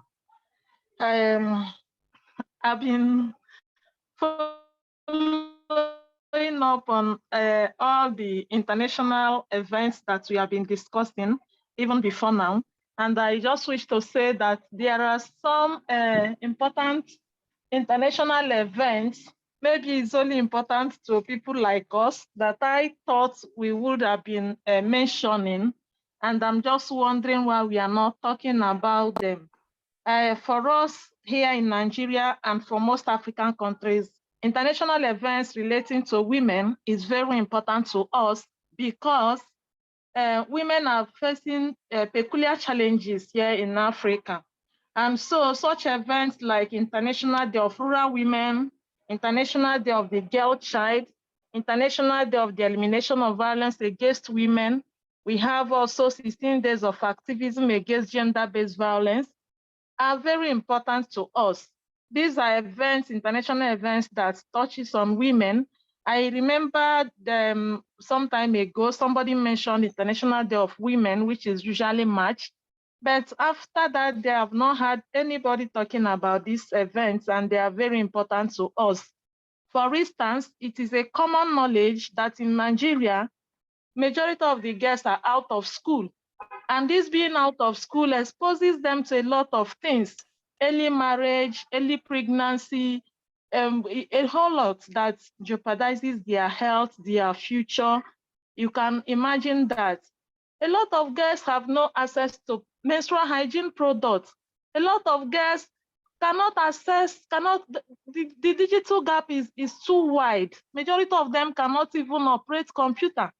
And these are issues that borders on development, of which we are all talking about. So if there is going to be any sustainable development, if we are going to continue with the principle of leaving no one behind, there is need to pay special attention to these girls. Women in rural communities are suffering. It's better seen than imagined. And we have International Day of Rural Women coming up and nobody is talking about it. We all know about rape that we talk about every day, especially in countries that are experiencing conflict, violence, and all of that. And so I was thinking that in a group like this, these international events should actually be, something that we can focus on. They are very important to us, probably because my organization is focusing on women and girls. But even people that are not focusing on them, who knows actually what they are passing through, are also interested in working to see that they are part of the process in the spirit of leaving no one behind. So I just wish to say that the amount of emphasis we are giving to these international events should also be given to all these international events that are related to women. Again, I have mentioned before that we have COP27 coming up in Egypt, and I have not also had any serious discussion about it in this particular platform, as well as even in UnityNet Africa Diaspora platform. So it's something that is important to some of us, because I'm sure that this COP27 that is happening in Egypt is going to kind of define our future in Africa. And being part of the conversation would have been very, very important. And so we are appealing again that special attention be given to some of these issues. And the issue that I've narrated about experiences of women in Nigeria is part of why we are talking about establishing Women Empowerment Center, especially in a place like Nsukka. Nsukka is a community that hosts the first indigenous university in Nigeria. Incidentally, the university is the only thing that we have. There is no industry, there is no empowerment centers, and people are not up to date with what they actually be up to date on. So establishing such center can be leveraged on for economic empowerment, for skill acquisition, training on agriculture, and a whole lot, digital training, which women are really, really behind. And they're talking about 21st century, who will be able to compete in the world today without having digital training? Nobody. So these issues are important issues that I think we should pay attention to. Thank you very much. I appreciate the opportunity to talk. Thank you. I'm sure Lloyd has a reply, but before he does, let me tell you that we've listened to Lloyd for the last hour and 45 minutes. But you can have your opportunity to address issues if you plan and schedule activities for your interests. So please keep that in mind. This is an opportunity for you to address those women's issues and others, but you have to plan to take advantage of the opportunity. Back to you, Lloyd. Thank you. Yeah, thank you so much. Before I go to Jean-Baptiste, who also has his hand up, I just wanted to mention that some of the things that we are talking about right now within the Global Unity Network include something we call the GP4RD Africa Super Development Project proposal, as well as the Climate Smart Youth Forum Week events, which can include, of course, focus on women and youth, and especially young girls. As well as we're talking about the COP27 Egypt event.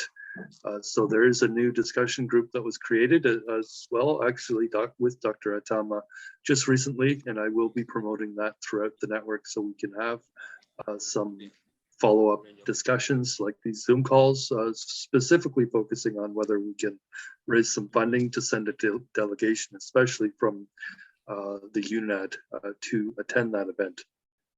So we're also continuing to develop both state and provincial chapters, which is a new thing as well. So UnityNet Ontario, UnityNet California, UnityNet Texas are being created. We are also engaging in a conversation with Rotary International, as well as Generation Hip Hop. And the UnityNet Sister Schools Working Group was created to support the Global Sister Schools program, so we can bring those universities together in conversations. And so we have new nodes of our network that were just recently created as well. UnityNet Literacy, or Internet for International Literacy Day 2022 was just created, as well as UnityNet Civics Education, a node created as part of the Unity Learning Network. And then one of the critical things we need to do as well is begin planning for 2023 as well. An event that I that we didn't get a chance to do last year, but I do want to do this year is the SDSN Canada Together Ensemble event.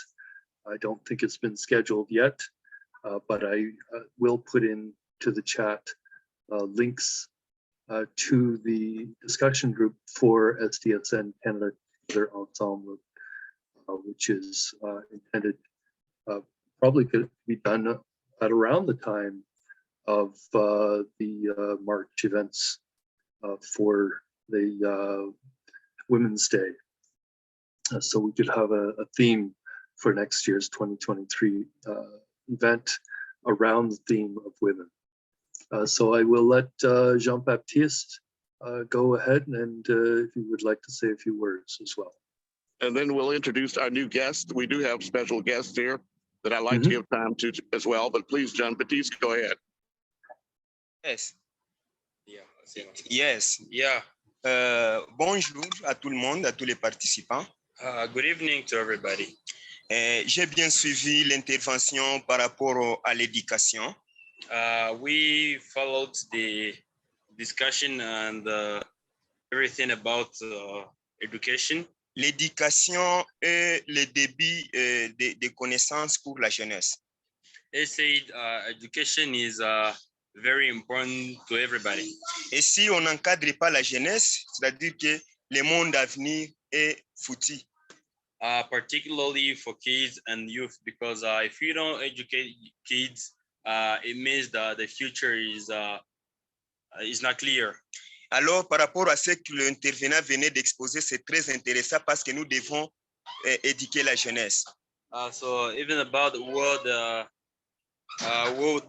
was being said there, it's very important to educate you. C'est ainsi que Action sociale pour l'unité et le développement intégral est en train de militer pour les programmes d'éducation culturelle et environnementale en milieu éducatif en RDC. That's why ASUDI is working hard in the sector of cultural education and environment education in DRC. Cela nous permettra de contacter les chefs d'établissement, les gestionnaires des écoles.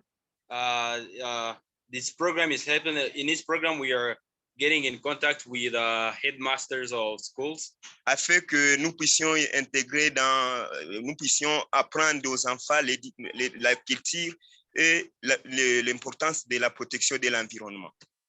So that we may teach to kids culture. We may give lessons about cultural education and how to protect the environment. Si nous intervenons donc dans des écoles primaires en encadrant les enfants à l'école primaire et les jeunes dans des écoles secondaires, ça a une importance capitale sur le plan éducatif. So as we are educating kids in primary school and youth on secondary school, because and we are even realizing that there's something important that is being made. C'est ainsi que nous vraiment ce sujet-là, cette thématique sur l'éducation nous a beaucoup plus intéressés par rapport à notre programme, et comme bientôt c'est l'ouverture ici en RDC, la rentrée scolaire. That's why this topic about education, we were interested about this topic about education, because even on this next Monday, kids are going back on school here in DRC. Merci beaucoup. C'était ça notre intervention. Et nous sollicitons vraiment l'accompagnement de tous dans le cadre éducatif de la jeunesse et des enfants en RDC. Thank you very much. That's what we were talking about. So we welcome everybody to support and accompany us in this program of cultural education and environmental education, so that we may help everybody. We may work with every step of generation, kids, youth, and grown-ups in protecting the environment and being deep in education. Parce que dans ce groupe des enfants-là, nous avons même les enfants que nous avons parlé, les enfants défamiliarisés et les jeunes désœuvrés. So we are even working with, we are even supporting kids, kids who are not in families that are just there in the road. We try to gather them together and teach them something about life and environment, protecting the environment. Ils sont nombreux en RDC, mais il manque qui les accompagne pour étudier.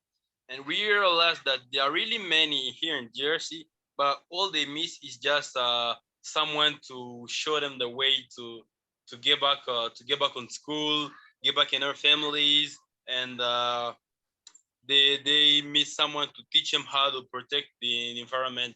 Et nous, à Sidi, vraiment, actuellement, nous sommes limités. Comme bientôt c'est la rentrée scolaire, nous posons la question comment accompagner ces enfants, de familiariser ces jeunes, en fait, qu'eux aussi puissent bénéficier de l'éducation. So, as we said, this Monday is kids are going back in school. So, we as City, we are even thinking of. We are wondering how we can support these kids who are not in their families. How we are thinking of how we can support them in school so that they may be together with others and they may not feel separated. Merci beaucoup. Thank you very much. Mm-hmm.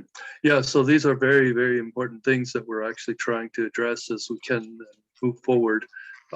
The ideal situation, of course, is that we'll have the funding to start implementing these solutions as quickly as possible.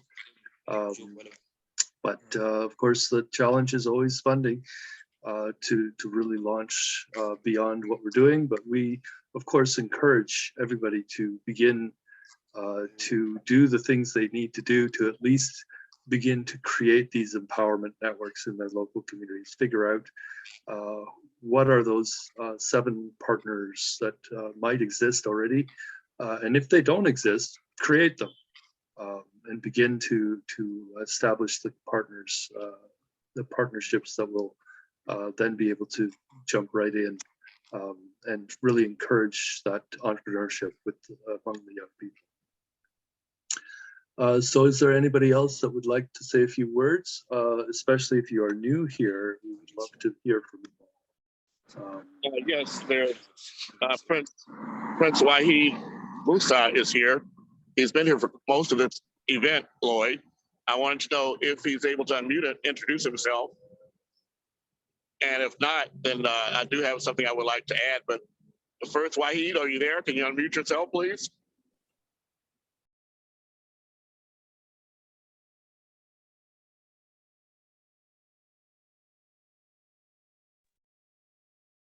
Yeah, hello. Hello. Yes, we can hear you. Yeah, good evening, ladies and gentlemen from Ghana. I'm very happy to be part of this life-transforming opportunity to interact with all of you. And also, it's a glorious and also a life-transforming impact listening to all of you. In fact, everything that you all are saying is very, very important and rational to the development of humans. That is very, because as you said, all what we need is to collaborate together to make this impact decentralized to every corner of the universe. That is the most important thing. I am Wahid. I'm a solutionist and also a humanist too as well. I am the founder of the Wahid Center for Humanity and Humanitarian Development. So basically the Wahid Center for Humanity and Humanitarian Development, all what we do is to find solutions to the most pressing problems facing humanity in the 21st century and beyond. And then all our activities and all our programs and all our initiatives is centered on sustainable human development. How we humans can come together, how we humans can work together, how we humans can transform our lives. Because I believe in one thing, that humanity the problem, humanity the solution. You know, so if we are those who are causing the problems, it means that we are also the tools to solve the problem we are causing. So all what we need is the human force to come together and then solve the problems we are talking about, which is very fantastic. And also, we are also the host of the International Humanity Conference at the University of Ghana every year, where we bring people from all over the world together to come and dialogue and discuss to develop strategic solutions to solve problems that are of human concern. So, and then from the 27th to 31st December 2022, which is this December, we are hosting the Humanity Festival, where our doors are open for partnership and also sponsors from all around the world. And then this festival is to create awareness on poverty eradication and also to empower the youth and also to let the world understand that the youth are the solutions that we need to strike development, because development is the youth and then the youth is development. So it means that for us to achieve sustainable development, we need to mobilize and then motivate the youth. So that is this festival. So this festival is targeting audience of over 50,000 audience. So it is a 5-day festival, which is happening at the largest man-made lake in the world, in Yeji, called the Volta Lake. So it's a 5-day program where we have poetry recital, intercultural display, we have sports, we have football competition, we have bicycle race, we have swimming competition, we have motorcycle competition, and also we have musical and dance concerts. We have a debate ground where the chiefs and then the leaders and then community and national leaders come together to dialogue and also discuss issues of pressing matters. So we are hoping for partners from all over the world. And also I'm very happy to also listen to all the speakers who have spoken. And then I'll be contacting some of you because it's, I think we are all in one ship. So we have to join each other to be able to do more life transforming program. So anybody who want to be partner on some of our activities, we will speak after this show. And also, I'm very grateful for the opportunity to join this conversation. And also, it is a great opportunity and also a privilege to listen to all of you. And also, one important thing that I want us to discuss is that I love the fact that my wonderful lady said about we decentralize impact into these rural communities, because it seems that the urban sectors are taking more of the impact, neglecting the rural communities. And then meanwhile, the rural communities are those who are really facing the problems. So it is very important that we decentralize some of these programs to touch every life in every area. So that is so important. And also, Ghana is open for anybody who wants to do any project in Ghana, anybody who wants to partner with us to do any developmental project in Ghana and also humanitarian project in Ghana.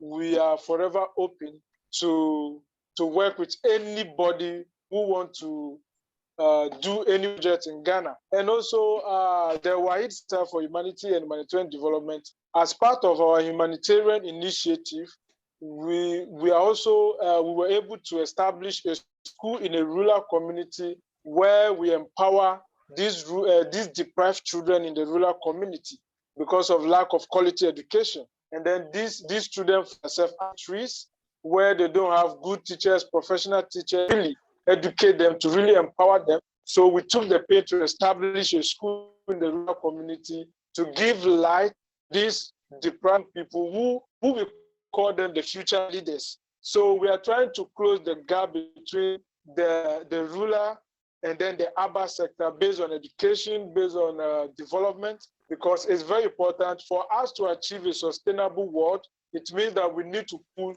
people from every side of life, in the urban and the rural. So we need to close the gap between the rural and the urban based on opportunities. So equal opportunities is very, very important. And also equal opportunities based on gender too is very important. Men and women having equal opportunities, so that we will not also need the women out of development, and also we will not also neglect the women out of any opportunity of advancement. So I'm very happy to be part of this wonderful conversation. And also it is a great life transforming opportunity to be part of this interaction. Thank you so much. Thank you. Thank you so much as well for coming on our call and for staying for the entire duration, which has been quite a long time as well. What I'm hoping to do is hear from some people that I don't recognize their name, in particular Desiree Richardson. If you could unmute and introduce yourself, if that's possible at all. If not, I'm also seeing. Oh, hi. Oh, there we go. Most certainly. Most grateful. Thank you so much for allowing me some time to introduce myself, but most importantly to say hi, hello, sending love to all of the wonderful speakers here this afternoon. And of course, to my significant other who spoke just now. Thank you so much for inviting me here to this amazing platform and to talk about the new generation. And one of the things I always talk about is the greater his heart, the greater his kingdom. The greater his kingdom, the greater his people.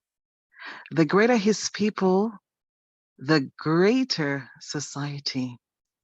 The greater society, the greater the children. The greater the children, the greater the next generation. And it's all about love, peace, kindness. And these are the things that are free. And if we develop this atmosphere around the world, and even for the next generation, the world will know peace. The world will live in harmony. The world will learn to accept each other despite our differences, despite our cultures, despite how we were born in the world. I always believe it's not how we come, but it's the legacy that we will leave and build and leave behind.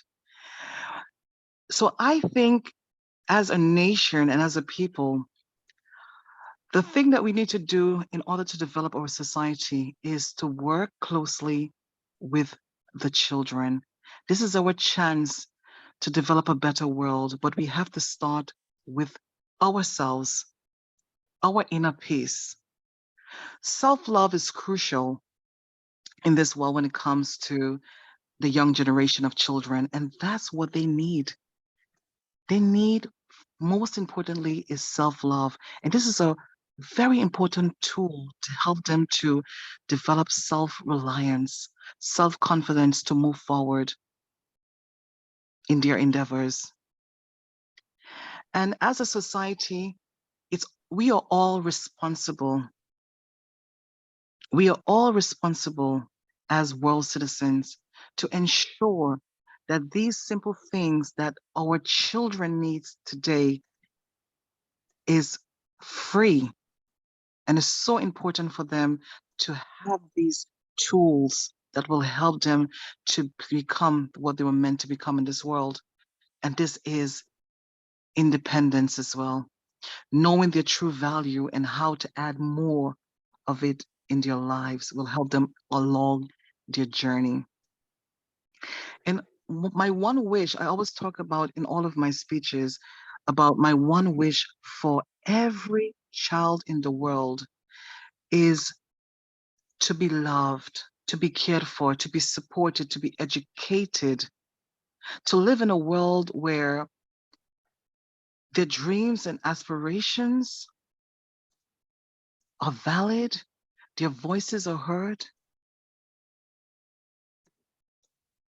and where they felt that where they feel welcomed. That is so important. And to master their emotions, because in order to master when they master their emotions, they will have a positive outlook on life, a brighter future ahead. When they exemplify strong emotions with empathy, they will give rise to the likelihood of knowing that they can achieve the unachievable. Become the unstoppable, or let's say the possibility of the possible and the unstoppable. And when we instill these characteristics in the young generation, they will have an understanding of the acceptance of self-love, diversity, inclusion, equality. This will equip them with proficiency that brings about the same things that I mentioned about in the very beginning. But we also have to start with us as adults, as leaders, to lead with authenticity, to have good intentions, and to put love in all we do. Therefore, when we do that, the youths can develop all of these things that are free, and their mindset will be empowered to do much more good. And when the youths are dedicated to their well-being and mindset, they will understand the primacy of how they can protect their feelings and making the right choices, whilst being patient and considerate of others. And that's what we need in the world. We need everyone to come together and think about not only themselves, but think about their brothers, their sisters, think about the people that don't have the food to eat. Think about them and learn to give more. There's enough abundance in the world for everyone. So we have to make room and pave the way so that the new generation can feel accepted, loved, and be valued.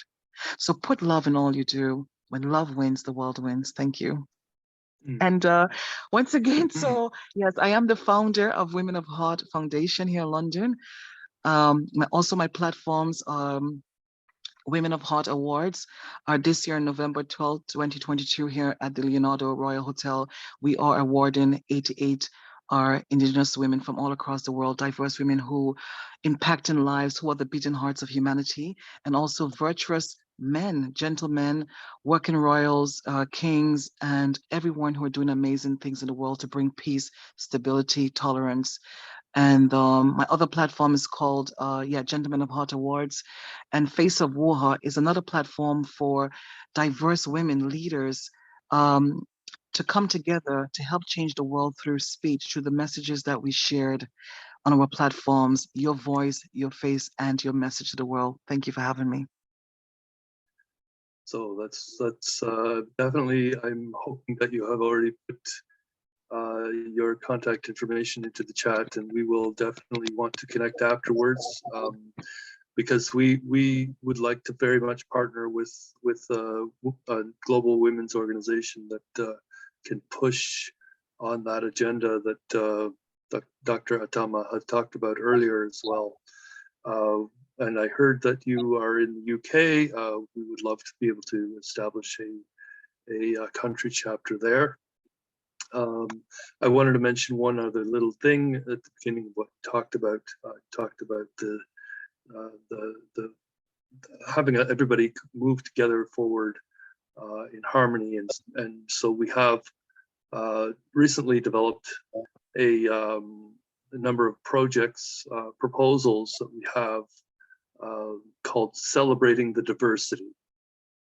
These are the catalytic change projects that we would like to deliver through these Unity Gardens. So we really want people to understand that diversity is our strength, and it is what will move us forward.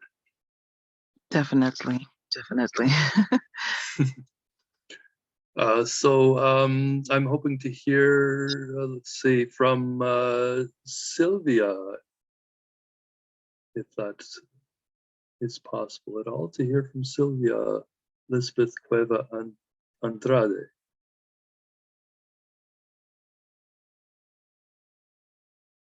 If not, we can potentially go to Malaika,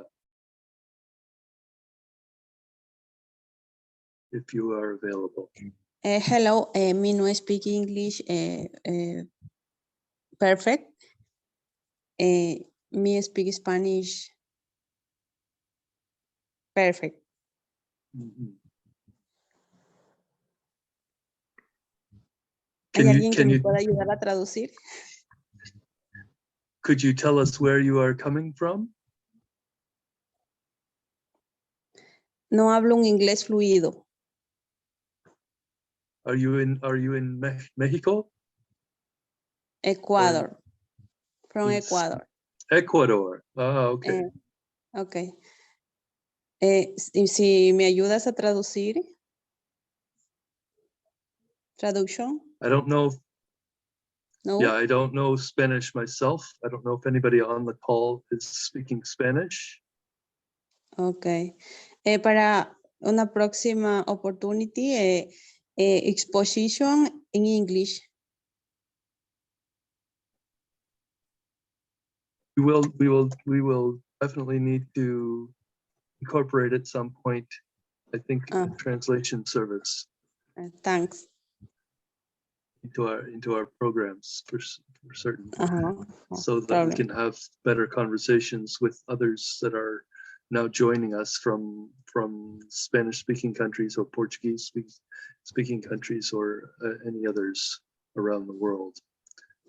That is, we actually do have a languages group, and that what I can do after this, if you have put your contact information into the chat, is we can connect you with some people who are interested in language translation solutions, so that eventually it's been discussed, for instance, that we have our Interchange for Peace VCN that we would like to develop, that could potentially integrate a real-time translation system using AI, artificial intelligence. And I believe those types of systems are, whether under development or already in existence. I think it's a matter of just identifying them and then creating the partnerships that's necessary to allow us to integrate those into our platforms as well. Something that Zoom doesn't have yet. Lloyd, we're about 2.5 hours into this, so it's time to move towards wrap up. Okay, we'll do so. Does anybody wish to say any final remarks before we close out the day? Yeah, Professor Lloyd, Yes, Malaika here. Malaika. Yeah, good evening, everyone, and greetings from Uganda. I am called Malaika Gabriela at the UnityNet. At UnityNet UNAD, UnityNet Africa and Diaspora, I serve as the Continental Treasury, but at a personal level, I am the team leader or the executive director for an aged care organization called JAFO. Actually, what Sister Desire has just spoken and shared, love surpasses all. If God is for the children, God is for the women, God is for the men, God is for the youth, also the same God is for the elderly persons. Yeah, so leaving no one behind, I think everyone under the sun has to be loved. I am so enlightened to the discussion that we've been having this evening. They have been so detailed and also empowering a woman. I really appreciate the speech from Madam Professor Atama from West Africa. We really have to work together as a team, as Africans, for the better of our communities that we are serving in. And I really appreciate our organizers, Professor Lloyd and my Prince Andrew, for such a time that you give us every Thursday for us to log in and to have this done. So at Uganda, I'm really grateful because we are also empowering the older women. We can see them do and getting encouraged when we commit them and we make them to be busy in the communities that they are living in. So I really appreciate this, and that's why every Thursday, if anything doesn't go wrong or network doesn't disturb me, I'm really grateful to be logging in this meeting. Today, I've really learned a lot. Thank you so much, Professor, for this opportunity. I appreciate. Thank you, Malaika, for doing all that you do in Uganda to move forward, not just the UnityNet Uganda chapter, but all of UNAT, and So continue your work with people like Carlos, and I'm sure we will be successful.